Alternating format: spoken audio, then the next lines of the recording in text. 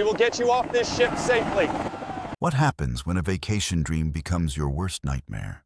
And tonight, I'm bringing you 10 horrifying true stories from cruise ship passengers and crew members who witnessed the unthinkable. From mysterious disappearances to covered-up deaths. These real accounts will make you question everything about the cruise industry. Have you ever been on a cruise? Where are you watching from, and what time is it there? Drop a comment below. Don't forget to like, subscribe, and hit that notification bell because you won't want to miss what's coming next. I never thought a dream vacation would turn into a nightmare that still haunts me 3 years later. My name is Elias. I'm 34 years old, and I work as a software engineer in San Diego. Back in March 2023, my fiancée Allison and I decided to celebrate our engagement with a 7-day Western Caribbean cruise aboard Royal Caribbean's Harmony of the Seas. The itinerary looked perfect: Miami to Cozumel, then Grand Cayman, and finally Jamaica. Before heading back, we were so excited. I even started a detailed journal to document every moment of our special trip. I'm the kind of person who likes to keep track of everything. Timestamps, photos, little details that make memories last forever. But this trip gave me memories I desperately wish I could forget. We boarded on a sunny Saturday afternoon. Our cabin was on deck 12, starboard side, cabin number 2086. It was a beautiful balcony room with an ocean view. As we were settling in and exploring our home for the next week, I noticed a woman in the hallway struggling with her luggage. She was alone, probably in her late 20s, with long dark hair and tired eyes. I offered to help her, and she seemed genuinely grateful. Her cabin was right next door to ours, number 12088. She introduced herself as Elizabeth. She told us she was 28, and this was her first cruise. There was something about her demeanor that seemed off, like she was nervous or maybe even scared. But I brushed it aside, thinking she was probably just overwhelmed by the size of the ship. That evening, at the welcome dinner in the main dining room, we ran into Elizabeth again. She was sitting alone at a table near the window. Allison suggested we invite her to join us since she seemed to be traveling solo. Elizabeth accepted and seemed relieved to have company. During dinner, she opened up a bit. She told us she was a nurse from Houston and needed a break from her stressful job. But throughout the meal, she kept checking her phone anxiously. At one point, a man approached our table. He was probably in his mid-30s, well-dressed, but with an intensity in his eyes that made me uncomfortable. He put his hand on Elizabeth's shoulder, maybe a bit too firmly, and said he'd been looking for her. Elizabeth's entire body language changed. She became stiff and quiet. She introduced him as her boyfriend Owen, but didn't seem happy about it. Owen barely acknowledged. Allison and me, he just told Elizabeth they needed to go. She excused herself quickly and left with him. Allison and I exchanged concerned glances, but didn't say anything. Over the next few days, I kept running into Elizabeth around the ship. Always alone during the day, she'd be at the pool or grabbing coffee at the cafe on deck 5. We'd chat briefly. She seemed more relaxed when Owen wasn't around. She told me about her love for photography and showed me some beautiful shots she'd taken of the ocean. But whenever Owen appeared, which was usually in the evenings, her whole personality shifted. I noticed he was always controlling where they went, what she ordered, even who she talked to. On day 3, when we docked in Cozumel, I saw them having what looked like a heated argument near the gangway. Owen was gripping her arm, and Elizabeth looked like she was trying to pull away. I almost intervened. But they walked off toward the ship's interior before I could decide what to do. But here's where everything changed. On day 4, we were at sea heading toward Grand Cayman. I woke up around 2 in the morning because I heard voices through the cabin wall. Our rooms shared a common wall, and the soundproofing wasn't great. At first, it was just muffled conversation. But then, it got louder. I could hear Owen's voice, angry and aggressive. Then I heard what sounded like something heavy hitting the wall, followed by a woman's cry. It sounded like Elizabeth. I sat up in bed, my heart pounding. Allison woke up too, asking what was wrong. I told her to listen. We both pressed our ears to the wall. There was more shouting, and suddenly everything went quiet. Eerily quiet. I checked my phone. It was exactly 2:17 in the morning. I made a note of it in my journal. Allison wanted me to call security right then. But I hesitated. What if I was overreacting? What if it was just a bad argument between a couple? I decided to check on Elizabeth in the morning. The next morning, around 8. I knocked on cabin 1288. No answer. I knocked again. Still nothing. I went down to the main deck and looked for Elizabeth at all her usual spots. The coffee shop, the pool deck, the photography area near the bow. She was nowhere. I even asked a few crew members if they'd seen her. But they just shrugged. By noon, I was genuinely worried. I went to the security office on Deck 3 and reported my concerns. I told them about the argument I'd heard, about how Elizabeth had seemed frightened of her boyfriend, about how I hadn't seen her all day. The security officer, a middle-aged man with a thick accent, barely looked up from his computer. He told me that Elizabeth had disembarked in Cozumel the previous day due to a family emergency. I was confused. We hadn't even been in Cozumel the previous day. We'd been at sea. I pointed this out. And he corrected himself, saying she'd left 2 days ago during our Cozumel stop.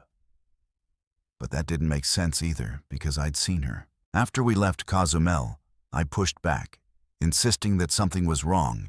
The officer became irritated. He told me that passengers have the right to privacy and that Elizabeth had chosen to leave the ship. Case closed. I asked about Owen, and he said Owen was still on board and there were no issues with him. I left the security office frustrated and concerned. Allison and I spent the rest of the day trying to enjoy Grand Cayman. But I couldn't shake the feeling that something terrible had happened to Elizabeth. That evening, as we were walking back to our cabin, I noticed that the door to cabin 1288 was slightly open. A cleaning crew member was inside. I peeked in. Elizabeth's belongings were still there. Her suitcase was open on the bed. Her clothes were hanging in the closet. Her camera was on the desk. If she'd left the ship for a family emergency, why would all her stuff still be here? I immediately went back to security. This time I was more forceful. I demanded to speak to a supervisor. A different officer came out. This one was younger, but equally dismissive. He told me that they were aware of the situation and it was being handled. I asked what situation, and he refused to elaborate. I asked to see surveillance footage from the hallway on Deck 12. He said that footage was unavailable due to technical issues. Unavailable on a multi-million-dollar cruise ship with cameras everywhere. I didn't believe it for a second. The officer then warned me that if I continued to harass staff and interfere with ship operations, I could be confined to my cabin for the remainder of the cruise. I was stunned. I wasn't harassing anyone. I was trying to help someone who might be in danger. Allison and I spent the last 2 days of the cruise in a state of anxiety. I kept looking for Elizabeth, kept watching for any sign of her. I never saw her again. I did see Owen, though. On the final night, he was at the casino, laughing and drinking with a group of people, acting like nothing was wrong. When we disembarked in Miami, I immediately contacted the FBI. I filed a missing person report, gave them all my notes, my timestamps, my observations. They took my statement and said they'd investigate. Weeks went by, then months. I called for updates constantly. Finally, An agent told me that the cruise line claimed Elizabeth had voluntarily left the ship and that there was no evidence of foul play. The case was essentially closed, but I later found out through a news article that Elizabeth's family had filed a wrongful death lawsuit against the cruise line. The article mentioned that the family believed Elizabeth had died on board and that the cruise line had covered it up. The lawsuit was eventually settled out of court with a non-disclosure agreement, so the truth never came out. What haunts me most is that I could have done more. I should have called security the moment I heard that argument. I should have insisted they check on her immediately. Instead, I waited. And now Elizabeth is gone, even worse. About 6 months after the cruise, I started receiving strange messages, anonymous texts and emails suggesting that Owen had connections to crew members, that money had changed hands, that surveillance footage had been deliberately erased. I don't know if these messages are from someone who actually knows something or from a disturbed person who read about the case. But they've kept the nightmare alive in my mind. Allison and I eventually postponed our wedding. The trauma of that cruise put a strain on our relationship. We've both been in therapy, trying to process what we witnessed, or rather, what we failed to prevent. I still keep that journal from the cruise. Sometimes I read through it, looking for clues I might have missed, wondering if I could have saved Elizabeth if I'd just acted differently. The cruise industry promotes itself as safe family fun. But after what I experienced, I know there's a dark side they don't want anyone to see. And somewhere out there, Elizabeth's family is living with unanswered questions, just like I am, every single day. I worked on cruise ships for 8 years, and I thought I'd seen everything until that night in September 2022. My name is Analea, but everyone calls me Trish. I'm 41 years old. And I used to be a housekeeping supervisor on the Carnival Vista. I'm a single mother from the Philippines. And I took that job to send money back home to support my 3 kids and my elderly parents. The pay was decent, and the work was hard but honest. Or at least I thought it was. I worked the graveyard shift, midnight to 8 in the morning, cleaning cabins and crew areas while passengers slept. After 8 years, I knew every corner of that ship, every hidden passage, every restricted area, every secret the Vista held. But some secrets should have stayed buried. It was our 6th day into a 14-day Panama Canal crossing. We'd left Fort Lauderdale and were making our way through the Caribbean toward the canal. My shift had been brutal that night.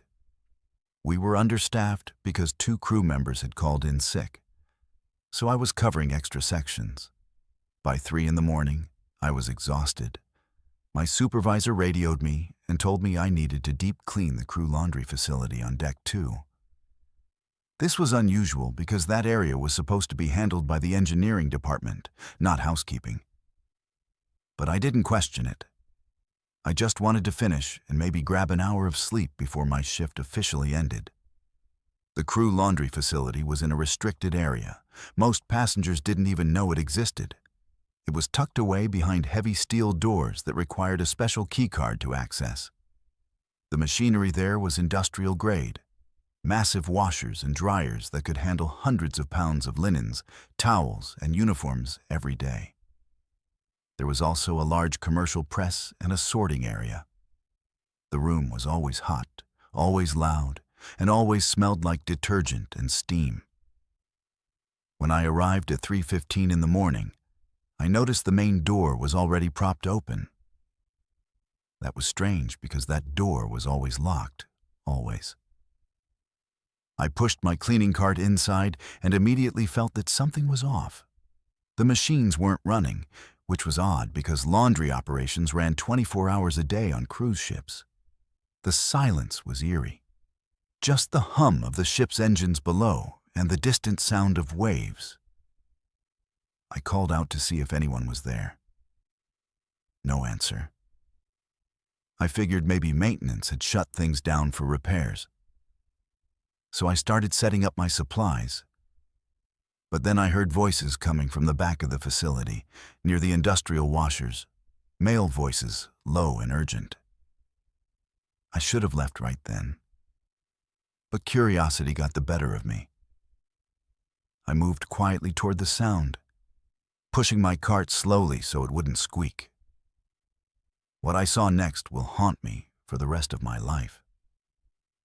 There were two men near the largest industrial washer, the one we used for heavy-duty loads. I recognized them immediately.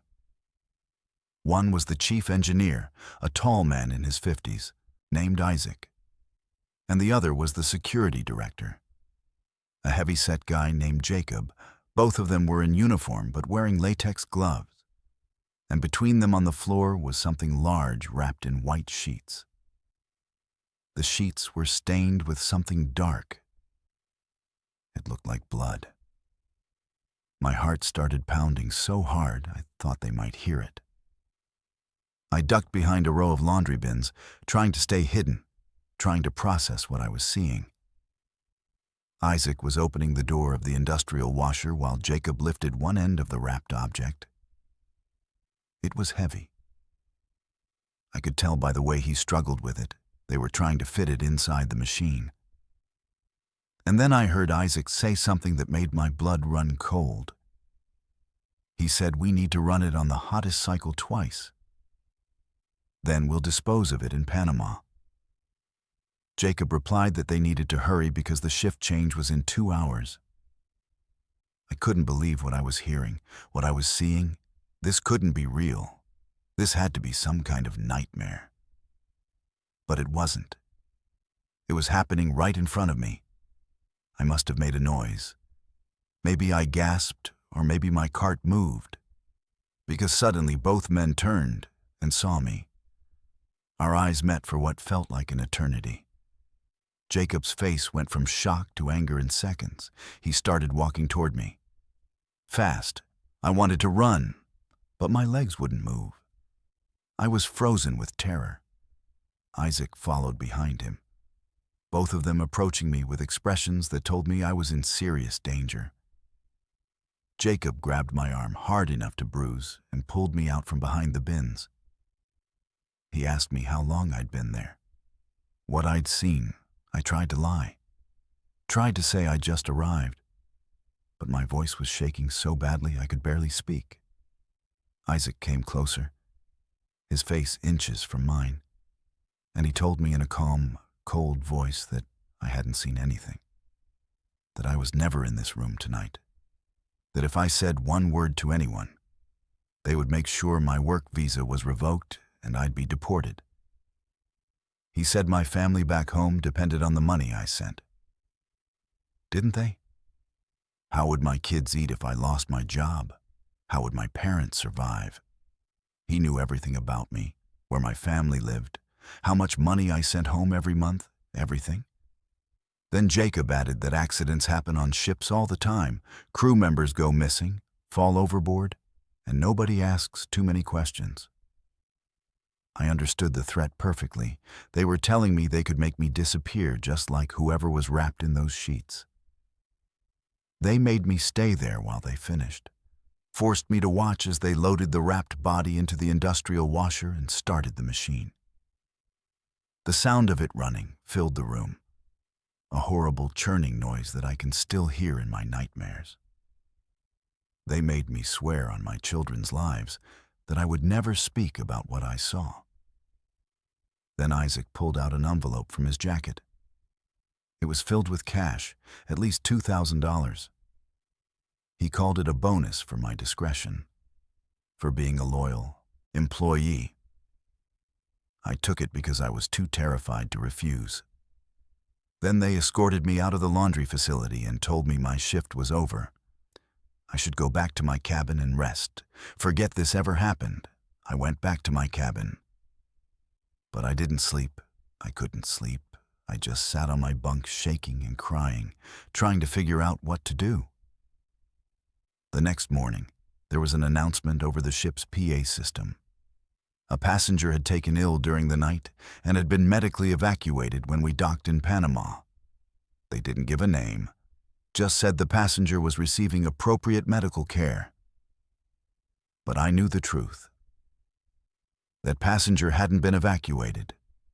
That passenger was dead, and whatever was left of them had been washed away in that industrial machine and would be dumped somewhere in Panama. 2 days later, I was called to the crew office and told I was being transferred to a different ship, effective immediately. They said it was a promotion, a better position on the Carnival horizon, but I knew it was to keep me away from anyone who might ask questions, to isolate me. Before I left the Vista, I did something risky. I went back to that laundry facility during my last shift. I took photos of everything with my phone, the machines, the area where I'd seen them. I even found some fibers on the floor that looked like they came from the sheets. I collected them in a plastic bag. I also made copies of my shift logs, showing I'd been assigned to clean that area that night. For 2 years, I said nothing. I worked on the horizon, sent money home, and tried to pretend that night never happened. But it ate at me every single day. I had nightmares constantly. I'd wake up hearing that washing machine sound, seeing those men's faces. I became paranoid, always looking over my shoulder, jumping at every unexpected sound. I couldn't trust anyone, not my supervisors, not my co-workers, nobody. I started having panic attacks, my health deteriorated, I lost weight, couldn't eat properly. But I kept quiet because I was terrified for my family. Everything changed when I finally got my permanent residency in the United States. It took years of applications and waiting. But in 2024, I became a permanent resident. My family was already here by then. I'd managed to bring them over one by one. My kids were in school. My parents were safe. And for the first time in 2 years, I felt like maybe I could speak up without losing everything. So I went to a lawyer, a good one who specialized in maritime law. I showed him everything, the photos, the evidence I'd collected, my shift logs. I told him the whole story. He believed me, and he helped me file a lawsuit against Carnival Cruise Lines. We also contacted the FBI and maritime authorities. The investigation is still ongoing. It's been slow and frustrating, because the cruise industry has expensive lawyers and a lot of power. They've tried to discredit me, called me a disgruntled former employee, said I fabricated everything for money. But I have evidence, and I'm not backing down. I later found out through the investigation that a passenger had indeed died on that crossing. His death certificate listed natural causes, heart attack. But his family always suspected something was wrong because he was healthy and young, only 43 years old. The consequences of speaking up have been severe. I've been blacklisted from the entire cruise industry. I can never work on ships again. My family had to be relocated under a protection program because we received threats, anonymous calls, messages warning me to drop the lawsuit. I still suffer from severe anxiety and hypervigilance. I can't sleep without medication. Loud noises trigger panic attacks. I've been in therapy for over a year now, trying to process the trauma, not just from what I witnessed, but from 2 years of forced silence, of living in fear. But I don't regret coming forward. Someone died on that ship, and powerful people covered it up to protect the company's reputation, to avoid bad publicity, to keep the money flowing. That person had a family, had people who loved them, and they deserve the truth. I've also become an advocate for cruise ship workers' rights. Most people don't realize how vulnerable crew members are. We work in international waters where laws are murky. We have limited rights. We can be exploited, threatened, silenced, and there's very little protection for us. I've connected with other former crew members who have their own horror stories, who've witnessed things they were too afraid to report. The trial is set for next year. I don't know what will happen. if justice will be served, if anyone will be held accountable. But I'm going to testify. I'm going to tell the truth about what I saw that night in September 2022 in the restricted laundry facility on Deck 2 of the Carnival Vista. I'm going to make sure that passengers' death isn't forgotten, that it isn't just another covered-up incident in the cruise industry's dark history. And maybe, just maybe, my testimony will encourage other crew members to come forward with what they've seen. Because I know I'm not the only one who's witnessed something terrible. I'm just one of the few who finally found the courage to speak. I took an oath to do no harm, and for 33 years, I honored that oath in my practice. But nothing prepared me for what I witnessed on the Norwegian escape. In June 2024, my name is Alexander. I'm 56 years old, and I'm a semi-retired general practitioner from Boston. My wife, Scout, and I decided to celebrate our 30th wedding anniversary with a Mediterranean cruise, 10 days sailing from Barcelona to Naples, then Athens, and finally Istanbul. It was supposed to be romantic, relaxing, a chance to reconnect after decades of my demanding medical career. Instead, it became the most horrifying experience of my professional life, and I watched people die who didn't have to. We boarded in Barcelona on a beautiful Saturday morning in early June. The ship was magnificent. Over 4,000 passengers, crew members everywhere attending to every need. The embarkation process was smooth, and by that afternoon, we were sailing along the Spanish coast toward our first port in Naples. Scout and I spent the first 2 days exploring the ship, enjoying the restaurants, attending shows. It felt like the perfect getaway. But on day 3, everything changed in the most terrifying way possible. We were having lunch at the Garden Cafe buffet on Deck 15. It was around 1 in the afternoon. The place was packed with passengers loading their plates with food, laughing, taking photos. Suddenly, there was a commotion near the seafood station. A woman, probably in her 70s, collapsed, just dropped right there on the floor. People started screaming, backing away. I immediately rushed over, my medical training kicking in automatically. The woman was unconscious, burning up with fever. Her skin was covered in a rash, and she was having difficulty breathing.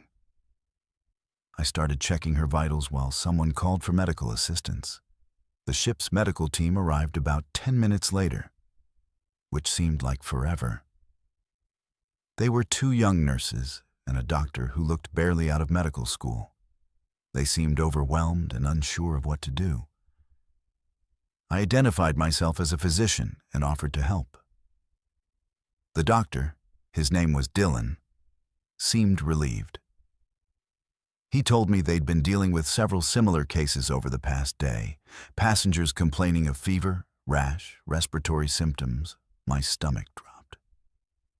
Several cases. This wasn't an isolated incident, this was an outbreak. We got the woman onto a stretcher and took her to the medical bay on Deck 3. When we arrived, I couldn't believe what I saw. The medical facility was tiny, barely larger than a small urgent care clinic, and it was already overflowing with sick passengers. There were at least 15 people crammed into a space meant for maybe 6. Some were lying on gurneys in the hallway, others sitting in chairs struggling to breathe. The air was hot and stale. There was no proper ventilation, no isolation rooms, no negative pressure systems. This was a disaster waiting to happen. I pulled Dylan aside and asked him what was going on. He looked exhausted and scared. He told me the first cases had appeared 2 days ago, shortly after we left Barcelona. Initially, they thought it was just seasickness or food poisoning. But the symptoms were getting worse and spreading rapidly.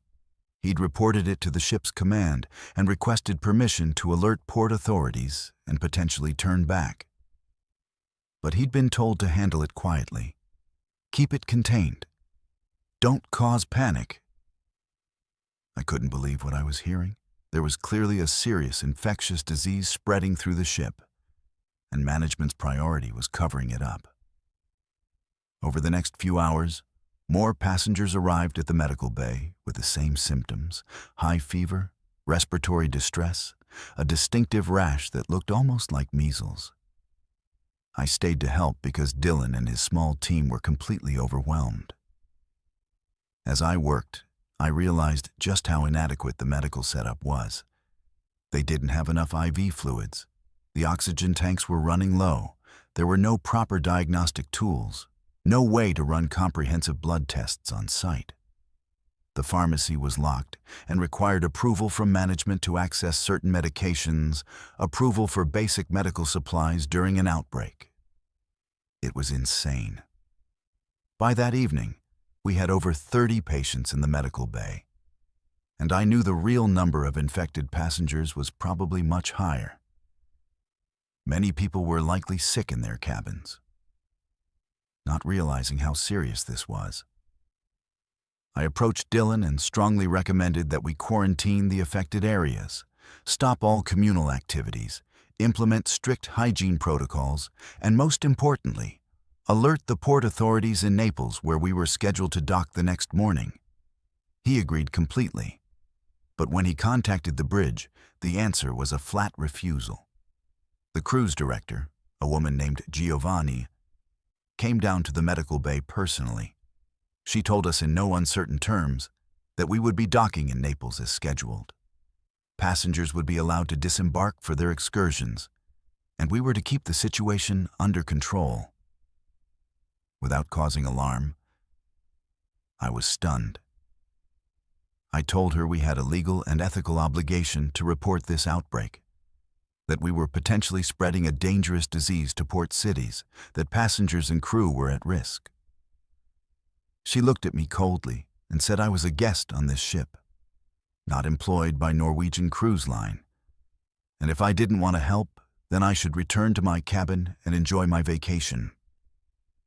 Then she turned to Dylan and reminded him that his contract could be terminated immediately if he failed to follow company protocol. I watched this young doctor's face as he realized he had to choose between his medical ethics and his livelihood. That night was a nightmare. 3 elderly passengers went into respiratory failure. We didn't have enough ventilators. I did everything I could with the limited equipment available. But one of them, a sweet woman named Ira, who'd been celebrating her 80th birthday, died around 3 in the morning. I was holding her hand when she took her last breath. Her family wasn't even there. They were quarantined in their cabin 3 decks above. Not allowed to visit because management didn't want them seeing how bad things were in the medical bay. I had to call them and tell them their mother was gone. It was one of the hardest conversations of my career, made worse by knowing her death was preventable. The next morning, we docked in Naples, and I watched in horror as thousands of passengers disembarked for their shore excursions. Many of them were probably incubating the disease, about to spread it through one of Italy's major cities. I tried one more time to reason with the ship's officers. I went directly to the captain, a stern Norwegian man named Santiago. I explained the severity of the situation, showed him photos I'd taken on my phone of the overcrowded medical bay, the sick passengers. I begged him to at least report to Italian health authorities. He told me I was overstepping my bounds, that the ship's doctor had everything under control, and if I continued to interfere, I would be confined to my cabin for the remainder of the cruise. But I couldn't stay silent. I had taken an oath. So I started documenting everything. I recorded conversations on my phone, took photos of the medical bay, the sick passengers, the inadequate supplies. I made detailed notes of every patient I treated, their symptoms, the progression of their illness. I also started talking to other passengers, warning them about the outbreak, telling them to be careful, to wash their hands constantly, to avoid crowded areas. Some listened, but most were in vacation mode, not wanting to believe anything was wrong. By day 5, we'd lost 2 more passengers, both elderly, both from complications that could have been managed with proper medical care and equipment. The medical bay was completely overrun. We had over 50 confirmed cases now, and the ship's morgue, which was designed to hold maybe 2 bodies, was full. I learned that the additional bodies were being kept in a refrigerated storage area normally used for food. This information came from a horrified crew member who couldn't live with the secret anymore. At every port, Athens, and then Istanbul, the same thing happened. Management allowed passengers to disembark, allowed new passengers to board for different segments of the cruise, all while hiding the fact that we had a serious outbreak on board. Quarantine procedures were a joke. Sick passengers were asked to stay in their cabins, but there was no enforcement, no contact tracing, no proper isolation. The buffets remained open. The pools remained open. The shows continued. It was as if management believed that pretending everything was fine would somehow make it true. I spent most of the cruise in the medical bay, barely sleeping. Scout was worried about me, but she understood. She even helped, using her nursing background from decades ago to assist with basic patient care. We both knew we were probably exposed and might get sick ourselves. But we couldn't abandon these people. Dylan was grateful for my help, but terrified of the consequences. He confided in me that he'd tried multiple times to report the outbreak through official channels, but his messages were being blocked or ignored. The company's medical director, who was based on land, kept telling him to manage the situation without involving authorities. The breaking point came on day 8. A 10-year-old boy named Julian got sick. His parents brought him to the medical bay in the middle of the night. He was burning up with fever, struggling to breathe. We didn't have pediatric equipment. The oxygen masks were too big. The IV needles weren't the right size. I did everything I could. But his condition deteriorated rapidly. I demanded that we make an emergency medical evacuation, call for a helicopter, or divert to the nearest port. Giovanna, the cruise director, refused. She said it would cause too much disruption, too much negative attention. I lost my temper. I screamed at her that a child was dying, that we needed proper medical facilities immediately. She threatened to have security remove me. Julian survived, but barely. His parents had to sign a waiver agreeing not to sue the cruise line in exchange for being evacuated from the ship when we finally docked in Istanbul. I made sure to get their contact information, to tell them what had really happened, how their son's life had been endangered by corporate negligence. By that point, I didn't care about the threats anymore. I'd already decided I was going to report everything. When we finally disembarked in Istanbul on day 10, I had hours of recordings, hundreds of photos, detailed medical notes on every patient I'd treated. Scout and I went straight to the American embassy. I filed reports with the CDC, with maritime authorities, with anyone who would listen. I sent all my documentation. I named names. I provided evidence of every policy violation, every death, every moment when profit was prioritized over human life. The aftermath was brutal. Norwegian Cruise Line came after me hard. They filed complaints with the medical board claiming I'd breached patient confidentiality, that I'd practiced medicine without proper authority, that I'd caused panic and disruption. I lost my medical license temporarily. It took 18 months and a very expensive legal battle to get it back. They argued that while I'd violated certain protocols, I'd done so to expose a serious public health threat. Ultimately, the medical board agreed and reinstated my license, with a formal commendation for my actions. The CDC investigation confirmed everything I'd reported. Norwegian Cruise Line was fined $15 million. the largest fine ever imposed for health violations. They were forced to overhaul their entire medical system, hire more qualified staff, upgrade equipment, implement real outbreak protocols. Several executives lost their jobs, including Giovanna and Captain Santiago. The families of the passengers who died filed wrongful death lawsuits. Most were settled out of court. I was called to testify before Congress about cruise ship medical standards and outbreak protocols. My testimony helped lead to new legislation requiring better medical facilities, mandatory reporting of infectious diseases, and stronger oversight of cruise line health operations. I also wrote a memoir about the experience. It's been therapeutic but also painful. Reliving those 10 days, remembering the faces of the people who died. Scout and I are still together. If anything, the crisis strengthened our marriage. She saw me at my worst and my best, and she stood by me through everything that followed. But I'm not the same person I was before that cruise. I have PTSD. I have nightmares about Ira, about Julian struggling to breathe, about all those passengers in the medical bay who trusted me to help them. I see a therapist twice a month.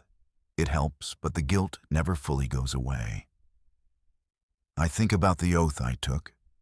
First, do no harm. On that ship, I tried my best to live up to that oath. But the system was designed to prevent me from helping people. Designed to hide the truth, designed to protect profits over lives. 5 people died on that cruise.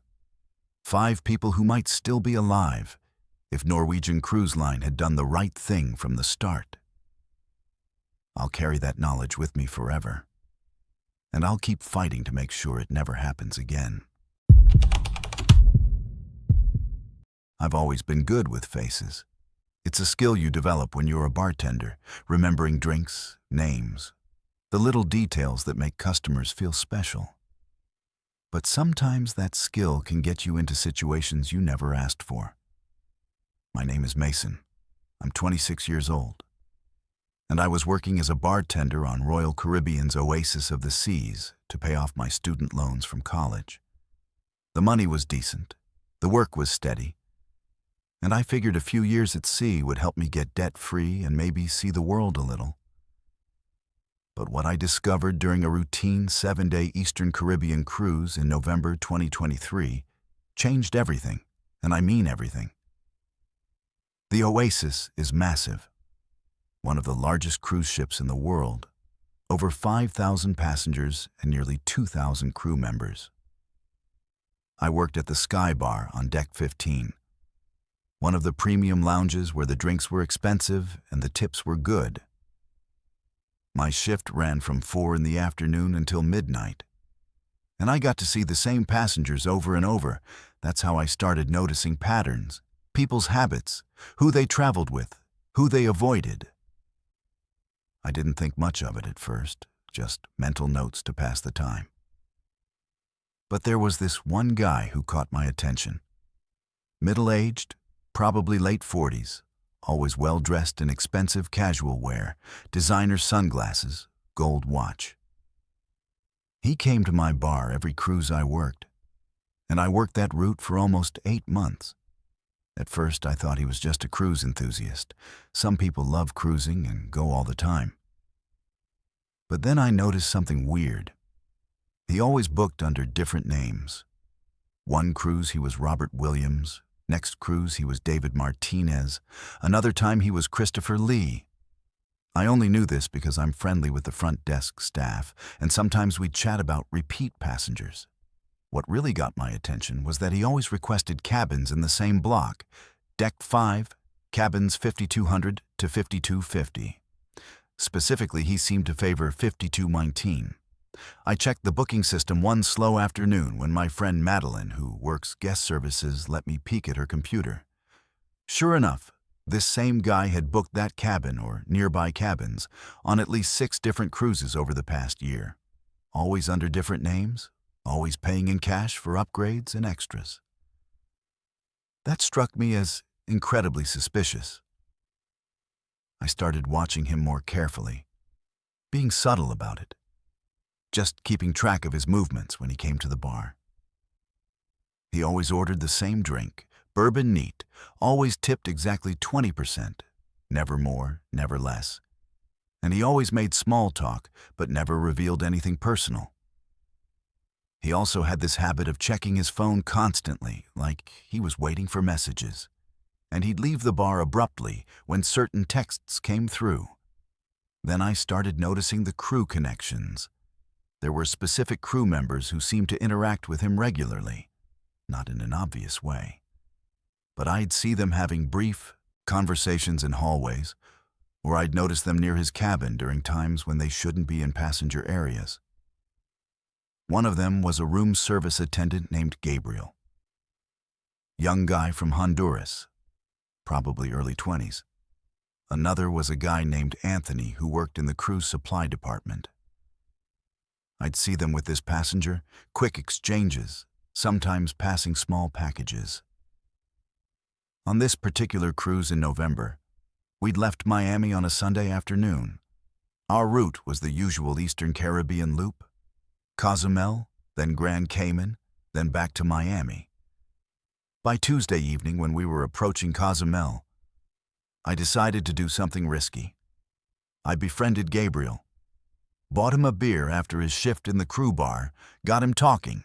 He was lonely, homesick, and after a few drinks, he started opening up about how he made extra money on the side. He didn't come out and say it directly, but he mentioned special cargo that certain passengers paid crew members to handle discreetly.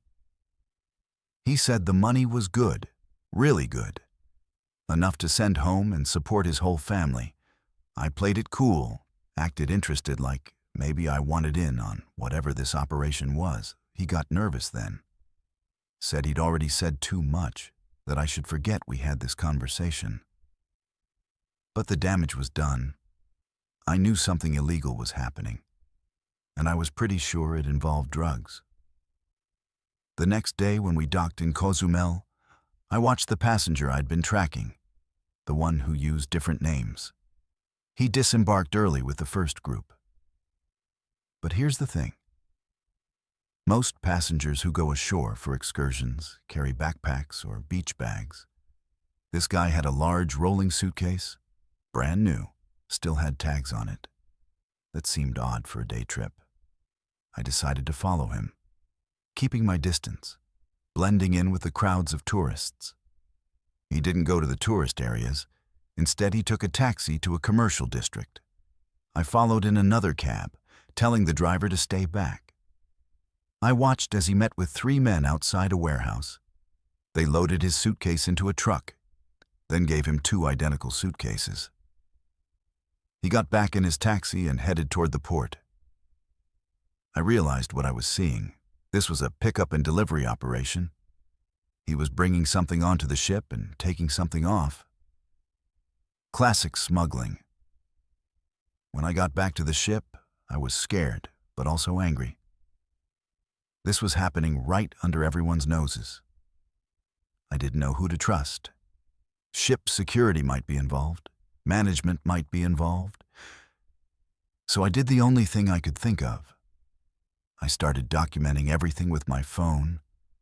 I took photos of the passenger, of the crew members I'd seen him with. I made notes of times and locations.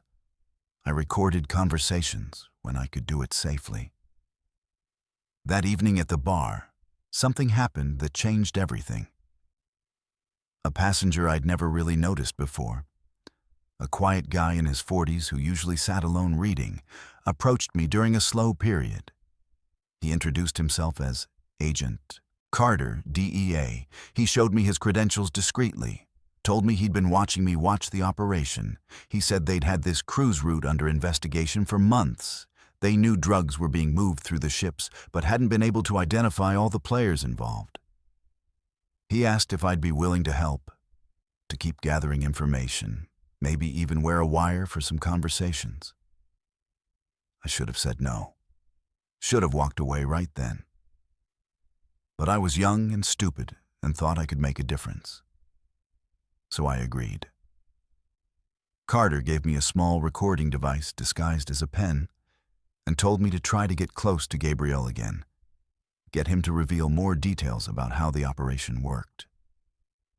The next night, Thursday, I invited Gabriel for drinks again. This time I wore the wire. I got him talking about the money, about how the operation worked. He told me that certain crew members were recruited by a guy who worked in the ship's security office.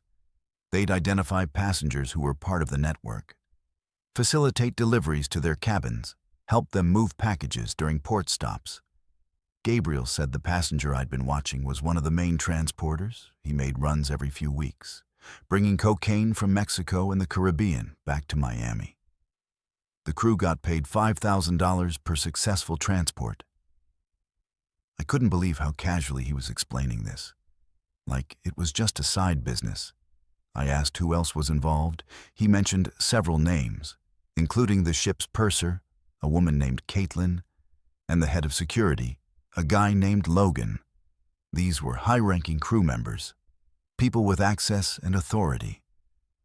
The operation was more organized and widespread than I'd imagined. Friday night, the second to last night of the cruise, Carter told me they were planning to make arrests the following evening. But they needed to catch everyone with evidence. He wanted me to follow the main passenger one more time, see where he went on the ship, who he met with. I agreed, even though every instinct told me this was getting too dangerous. Around 11 that night, I saw the passenger leave his cabin with a large duffel bag. I followed him down to deck 2, into a crew-only area that I'd never been in before. The corridors were narrow and dimly lit. I could hear my heartbeat in my ears.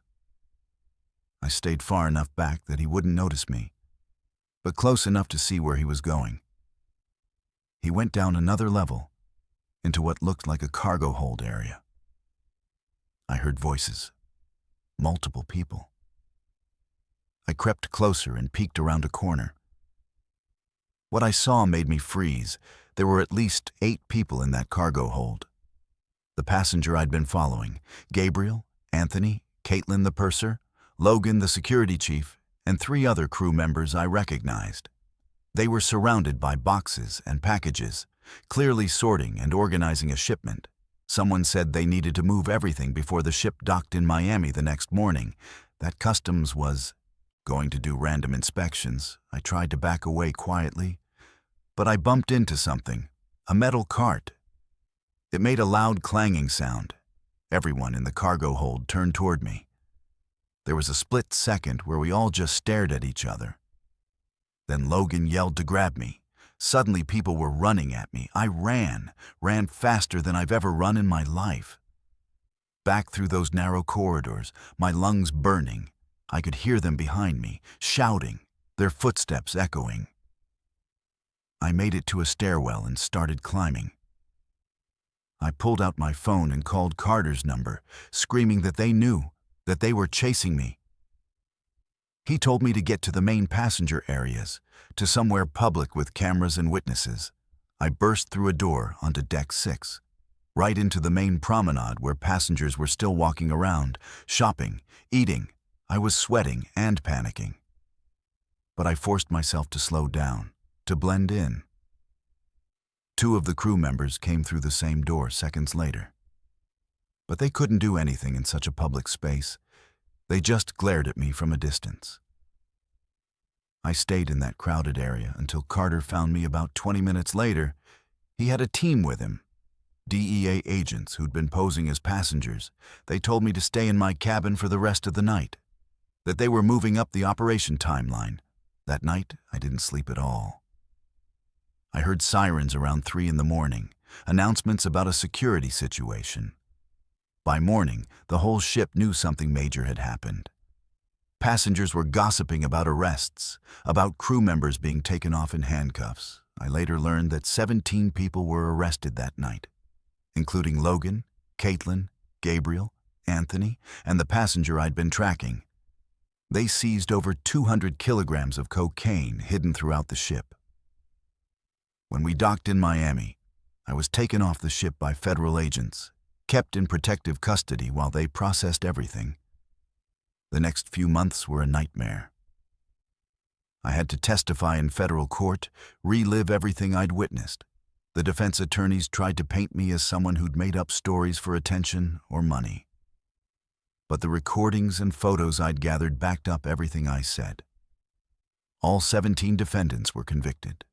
Most got sentences ranging from 15 to 25 years. But being a witness came with consequences I never anticipated. I started receiving death threats, messages saying I was a snitch, that I'd pay for what I'd done. The cartel that had been using the cruise ships for transport wasn't happy. I had to enter witness protection briefly, move to a different state, change my phone number, essentially disappear. The paranoia was crushing. I couldn't sleep, couldn't relax.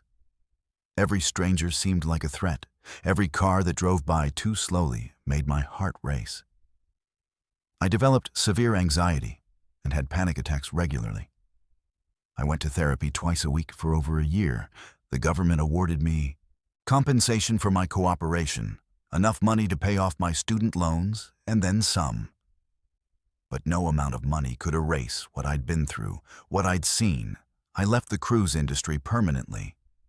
Couldn't even imagine going back. I moved to Denver, got a job bartending at a quiet hotel, trying to rebuild a normal life. But I'm not the same person I was before November 2023. I'm constantly looking over my shoulder. I don't trust easily. I have nightmares about being chased through those dark corridors, about what might have happened if they'd caught me. I've become an advocate for better crew security training and oversight. I speak at maritime security conferences. I work with organizations that help expose corruption in the cruise industry. It's my way of making sense of what happened, of turning trauma into something meaningful. But the truth is, I'm still scared, still waiting for the day when someone connected to that cartel decides to come after me. What most passengers don't realize is that cruise ships operate in a legal gray area, international waters, multiple jurisdictions. It makes them attractive for criminal operations, drugs, human trafficking, money laundering. It all happens. And the crews are vulnerable. They're far from home, need money, and are easy to manipulate or threaten. My case helped expose one operation. But I know there are others still running, still using these ships to move illegal cargo while thousands of innocent passengers sleep in their cabins. I used to love the ocean. Loved the idea of working at sea, seeing new places, meeting interesting people. Now when I see cruise ships on TV or in pictures, all I feel is dread. All I remember is that cargo hold, those angry faces, the sound of footsteps chasing me through the dark. I saved lives by exposing that operation. Agent Carter told me we prevented hundreds of kilograms of drugs from hitting the streets. But I paid a price for it, a price I'll be paying for the rest of my life. Some people say the dead don't linger, that once we're gone, we move on to whatever comes next. But I know better now. My name is Zora. I'm 67 years old, and I'm a retired elementary school teacher from Connecticut. My husband Grayson passed away 15 months ago after 42 years of marriage, and I was drowning in grief. Our children thought a cruise might help. Get me out of the house, give me something new to focus on. So in October 2024, I booked a 14-day transatlantic crossing on Princess Cruises' Caribbean Princess, Southampton to New York. I chose an interior cabin on Deck 3 to save money, cabin number 3087. I thought it would be peaceful, quiet, a chance to heal. Instead, I discovered that some tragedies echo through time, and some souls refuse to be forgotten. I've always been open to spiritual things, not in a superstitious way. But I believe there's more to this world than what we can see and touch. Grayson and I used to talk about the afterlife, about whether we'd find each other again. After he died, I desperately wanted to believe he was still somewhere, watching over me. but I'd never experienced anything I'd call paranormal. No signs, no messages, nothing. Until that cruise, I boarded in Southampton on a gray October morning. The ship was beautiful, elegant in that classic cruise ship way. My cabin was small but comfortable. Interior cabins don't have windows or balconies, just four walls and a door. Some people find them claustrophobic, but I thought it would help me sleep better. No light coming in, no distractions.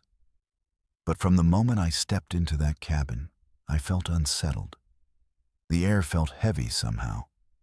Cold, even though the heating was on. I unpacked my things, hung up my clothes, tried to shake the feeling, told myself it was just anxiety about traveling alone for the first time in decades.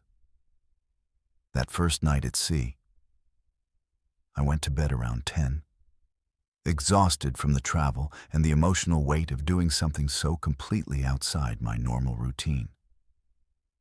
I fell asleep quickly. But I woke up suddenly at exactly 3 in the morning. I know the time because the clock on the nightstand glowed red in the darkness. I woke because I heard something. Children laughing. It was faint at first, like it was coming from far away. But then it got louder, clearer. It sounded like it was right outside my cabin door. In the hallway, I sat up in bed, heart pounding, listening.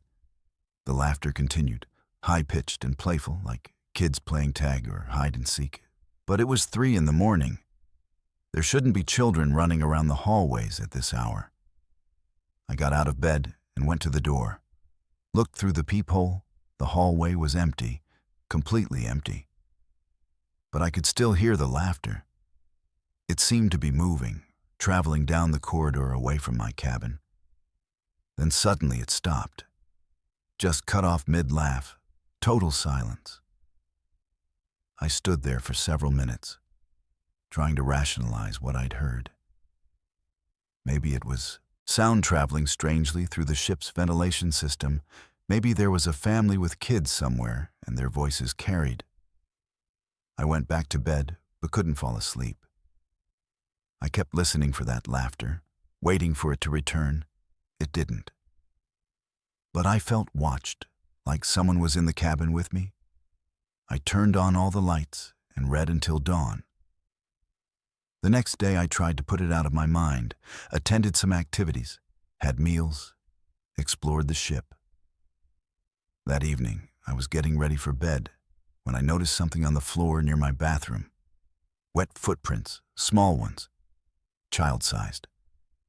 They led from the bathroom door to the wall opposite my bed. Just ended at the wall. I touched them. They were cold. Real water. But I hadn't taken a shower. My floor had been dry. Where did they come from? I called housekeeping. A young woman came to look. Her name was Joelle. When she saw the footprints, her face went pale. She cleaned them up quickly without saying much. But I could tell she was frightened. I asked her if something was wrong, if other passengers had reported strange things in this cabin.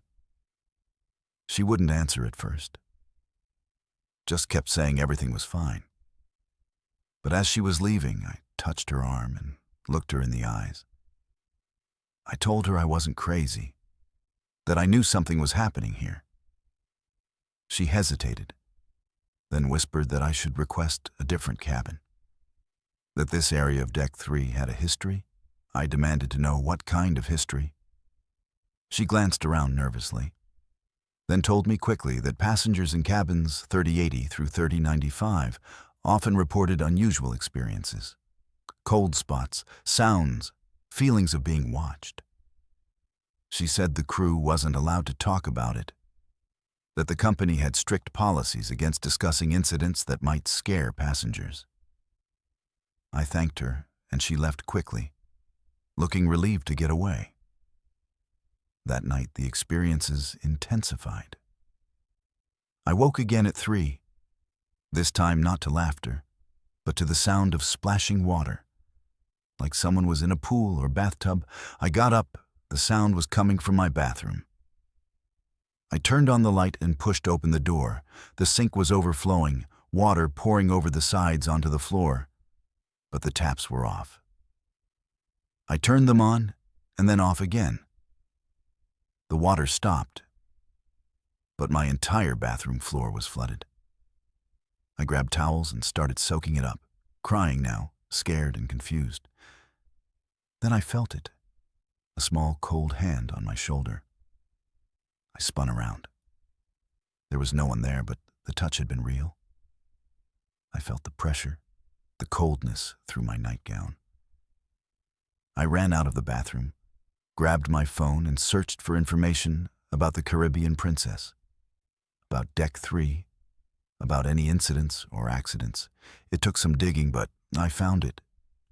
An article from 2011, 3 children had drowned in what used to be a small indoor pool on Deck 3.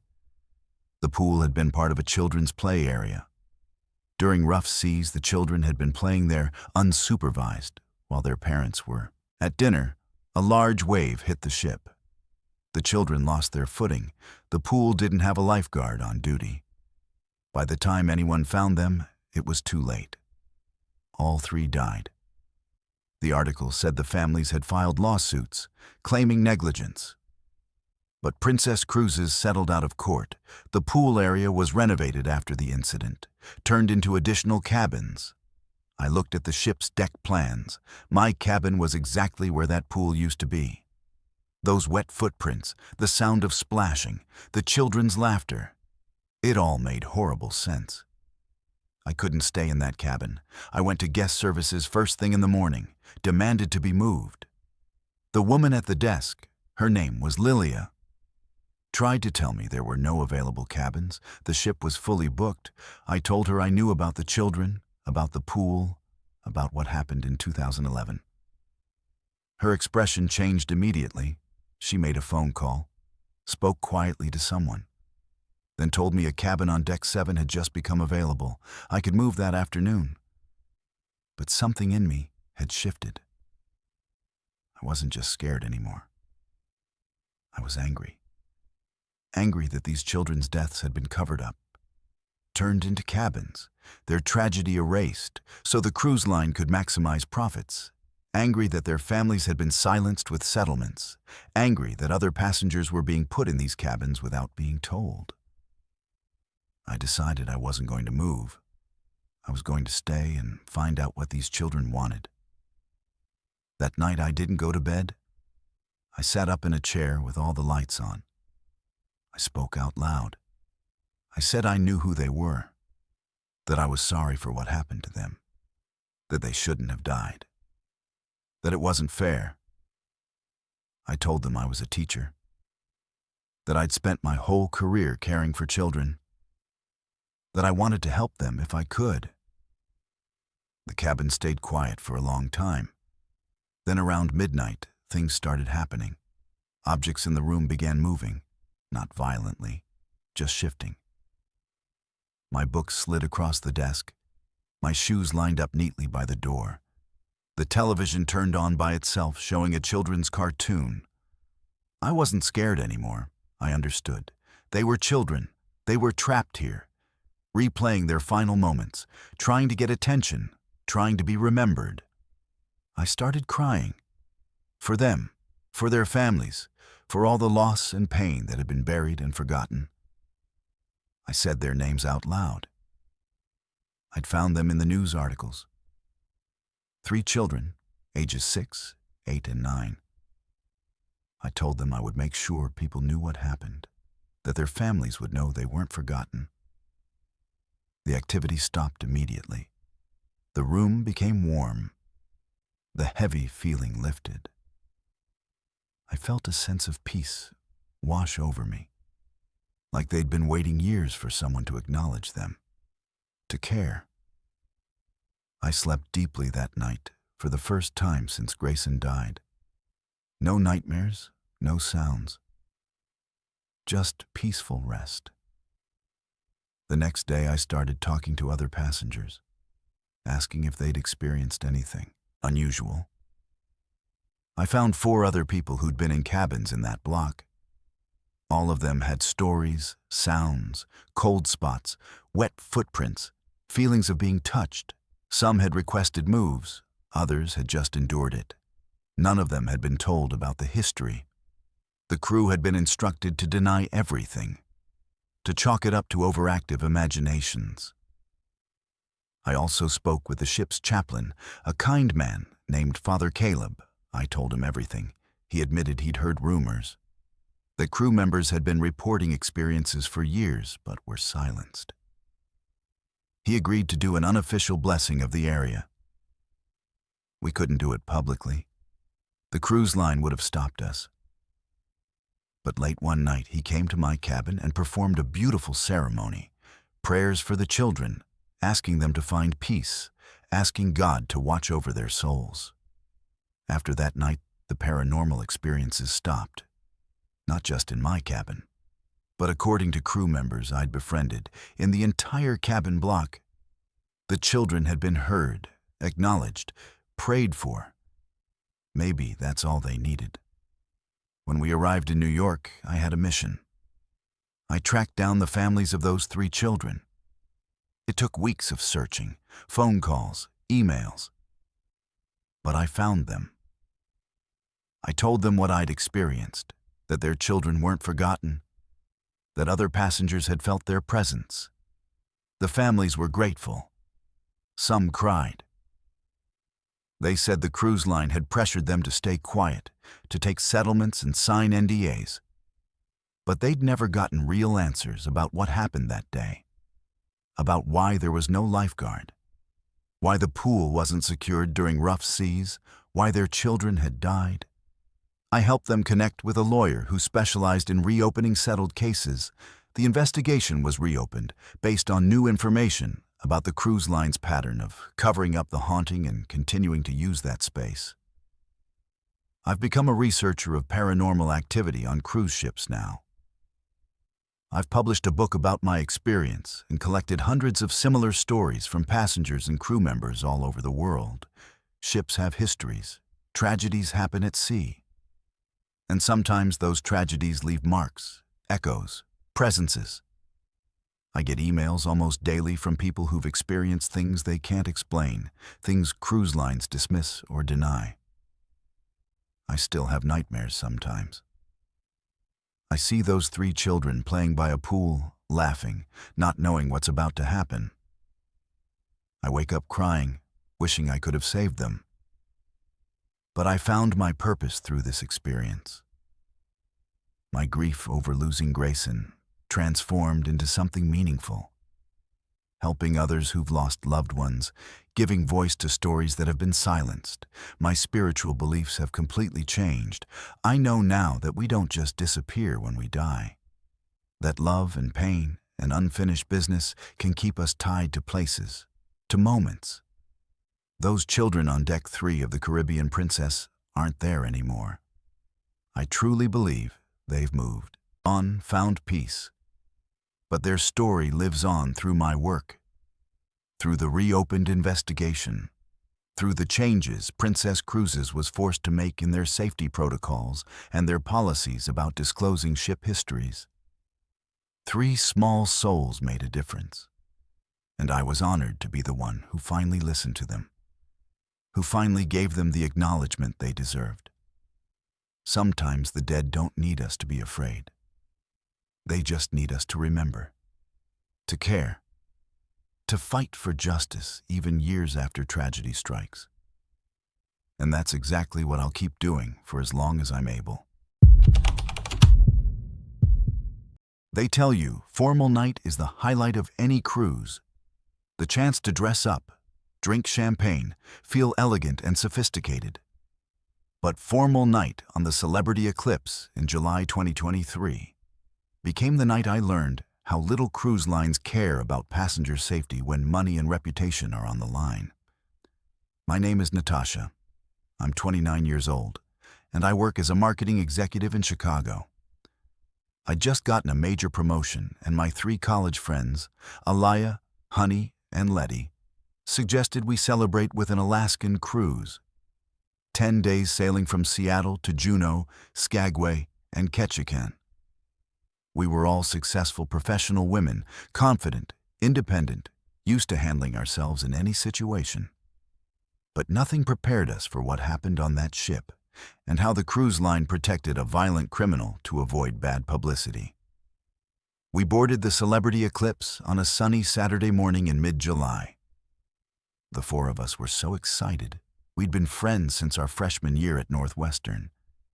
And even though our careers had taken us to different cities, we made time for trips like this. The ship was beautiful, modern and sophisticated.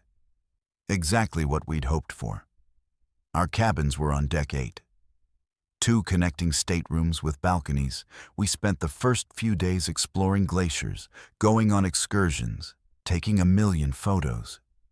It felt perfect, like exactly the kind of celebration my promotion deserved. Formal night was scheduled for our 4th evening at sea. We'd all packed cocktail dresses, heels, the works. We got ready together in one of our cabins, doing makeup, fixing each other's hair, pre-gaming with wine we'd smuggled aboard, laughing about old college stories. We felt glamorous and happy. Dinner reservations were at 8 in the main dining room on deck 5, the Moonlight Sonata restaurant. When we walked in, the room took our breath away. Crystal chandeliers, white tablecloths, live music from a string quartet.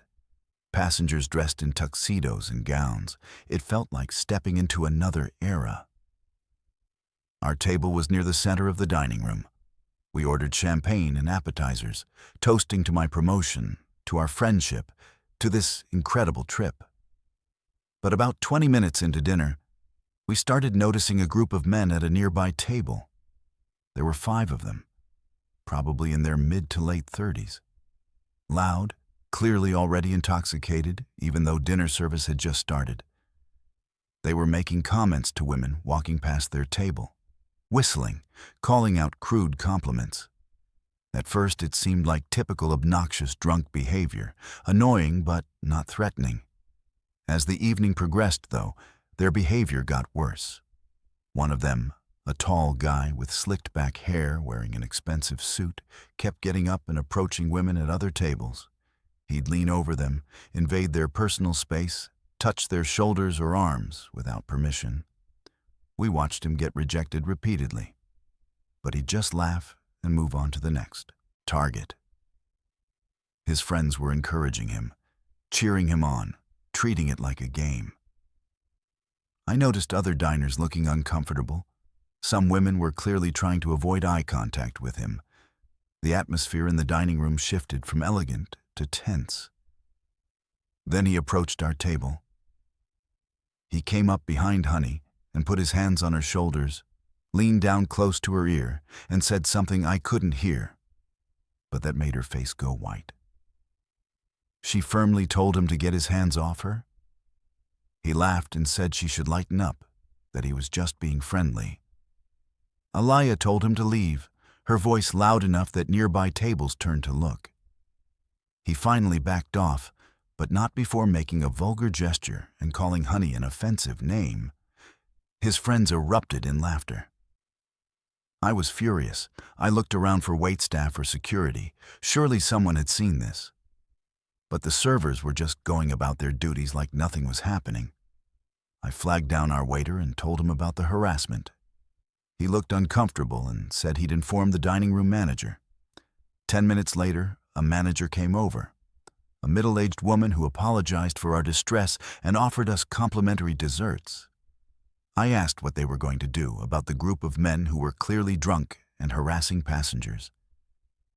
She said security had been notified, and they were monitoring the situation. Monitoring, not removing them, not cutting them off from alcohol, just watching. The situation exploded around 9:30. A woman traveling alone, probably in her early 50s, was walking past the men's table on her way to the restroom. The same guy who'd harassed Honey said something to her. She ignored him and kept walking. He got up and followed her, grabbed her wrist, tried to pull her toward his table. She yanked her arm away and told him loudly to leave her alone. The entire dining room went quiet, everyone watching. What happened next was horrifying. He shoved her, hard. She stumbled backward into another table, knocking over glasses and plates. People screamed. She was trying to get up when he lunged at her, grabbed her by the hair and started hitting her, punching her in the face, the head, the shoulders. It was brutal and vicious, like watching someone trying to kill another person. I jumped up without thinking. So did Alaya and Letty. We ran over with several other passengers, trying to pull him off her. He was screaming obscenities, completely out of control, his fists covered in the woman's blood. Security finally arrived. But it took them nearly 5 minutes.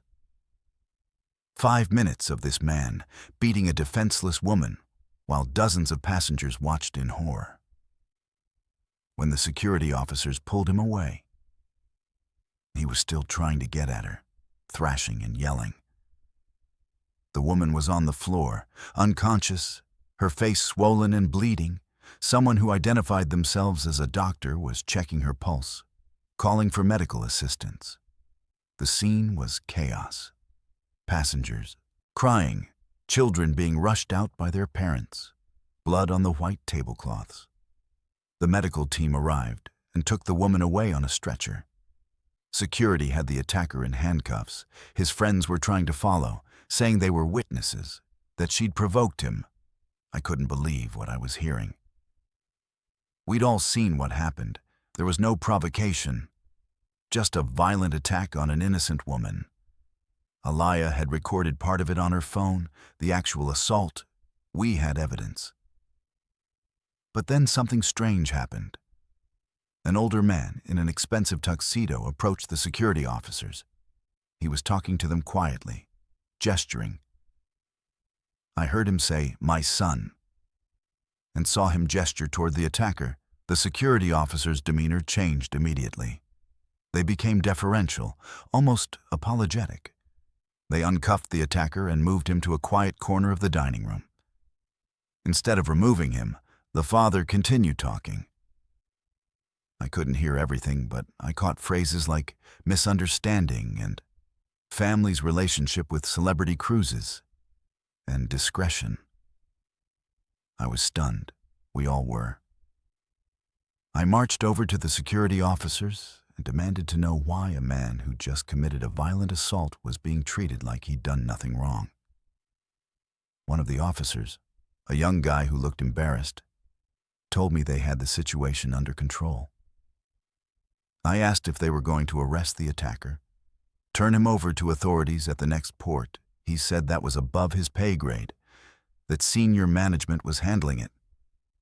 The father turned to me and said coldly that I should mind my own business unless I wanted problems with the cruise line. We went back to our table, shaking with anger and disbelief. Other passengers were talking in hushed voices. Everyone was upset. The dining room staff was trying to clean up the blood and broken dishes like nothing had happened. I noticed the attacker was no longer in the dining room. Neither was his father or the security team. Alaya pulled out her phone and started reviewing the video she'd taken. It was clear evidence of assault. We needed to do something with it. The next morning, we went to the guest services desk and asked to speak with whoever was in charge. We were eventually taken to meet with the cruise director, a woman named Sarahi. We told her what we'd witnessed, showed her Alaya's video, demanded to know what was being done about the attacker. She gave us a rehearsed response about how the cruise line takes passenger safety seriously, that the incident was being investigated, that appropriate action would be taken. I asked specifically if the attacker was still on the ship. She hesitated, then admitted he was. I asked why. She said the victim had chosen not to press charges. That didn't make sense. Why would a woman who'd been brutally beaten not want her attacker charged? We asked if we could speak to the victim. Sarahi said that wasn't possible, that the victim had requested privacy. Later, that day, we learned from a crew member that the victim had been pressured to accept a financial settlement from the attacker's family in exchange for staying quiet and disembarking at the next port, which was Juneau. She was being paid off and removed from the ship while her attacker got to continue his vacation. We were outraged. We started talking to other passengers, finding people who'd witnessed the assault, building a coalition of witnesses who wanted justice. We found 11 other people willing to give statements, willing to testify if needed.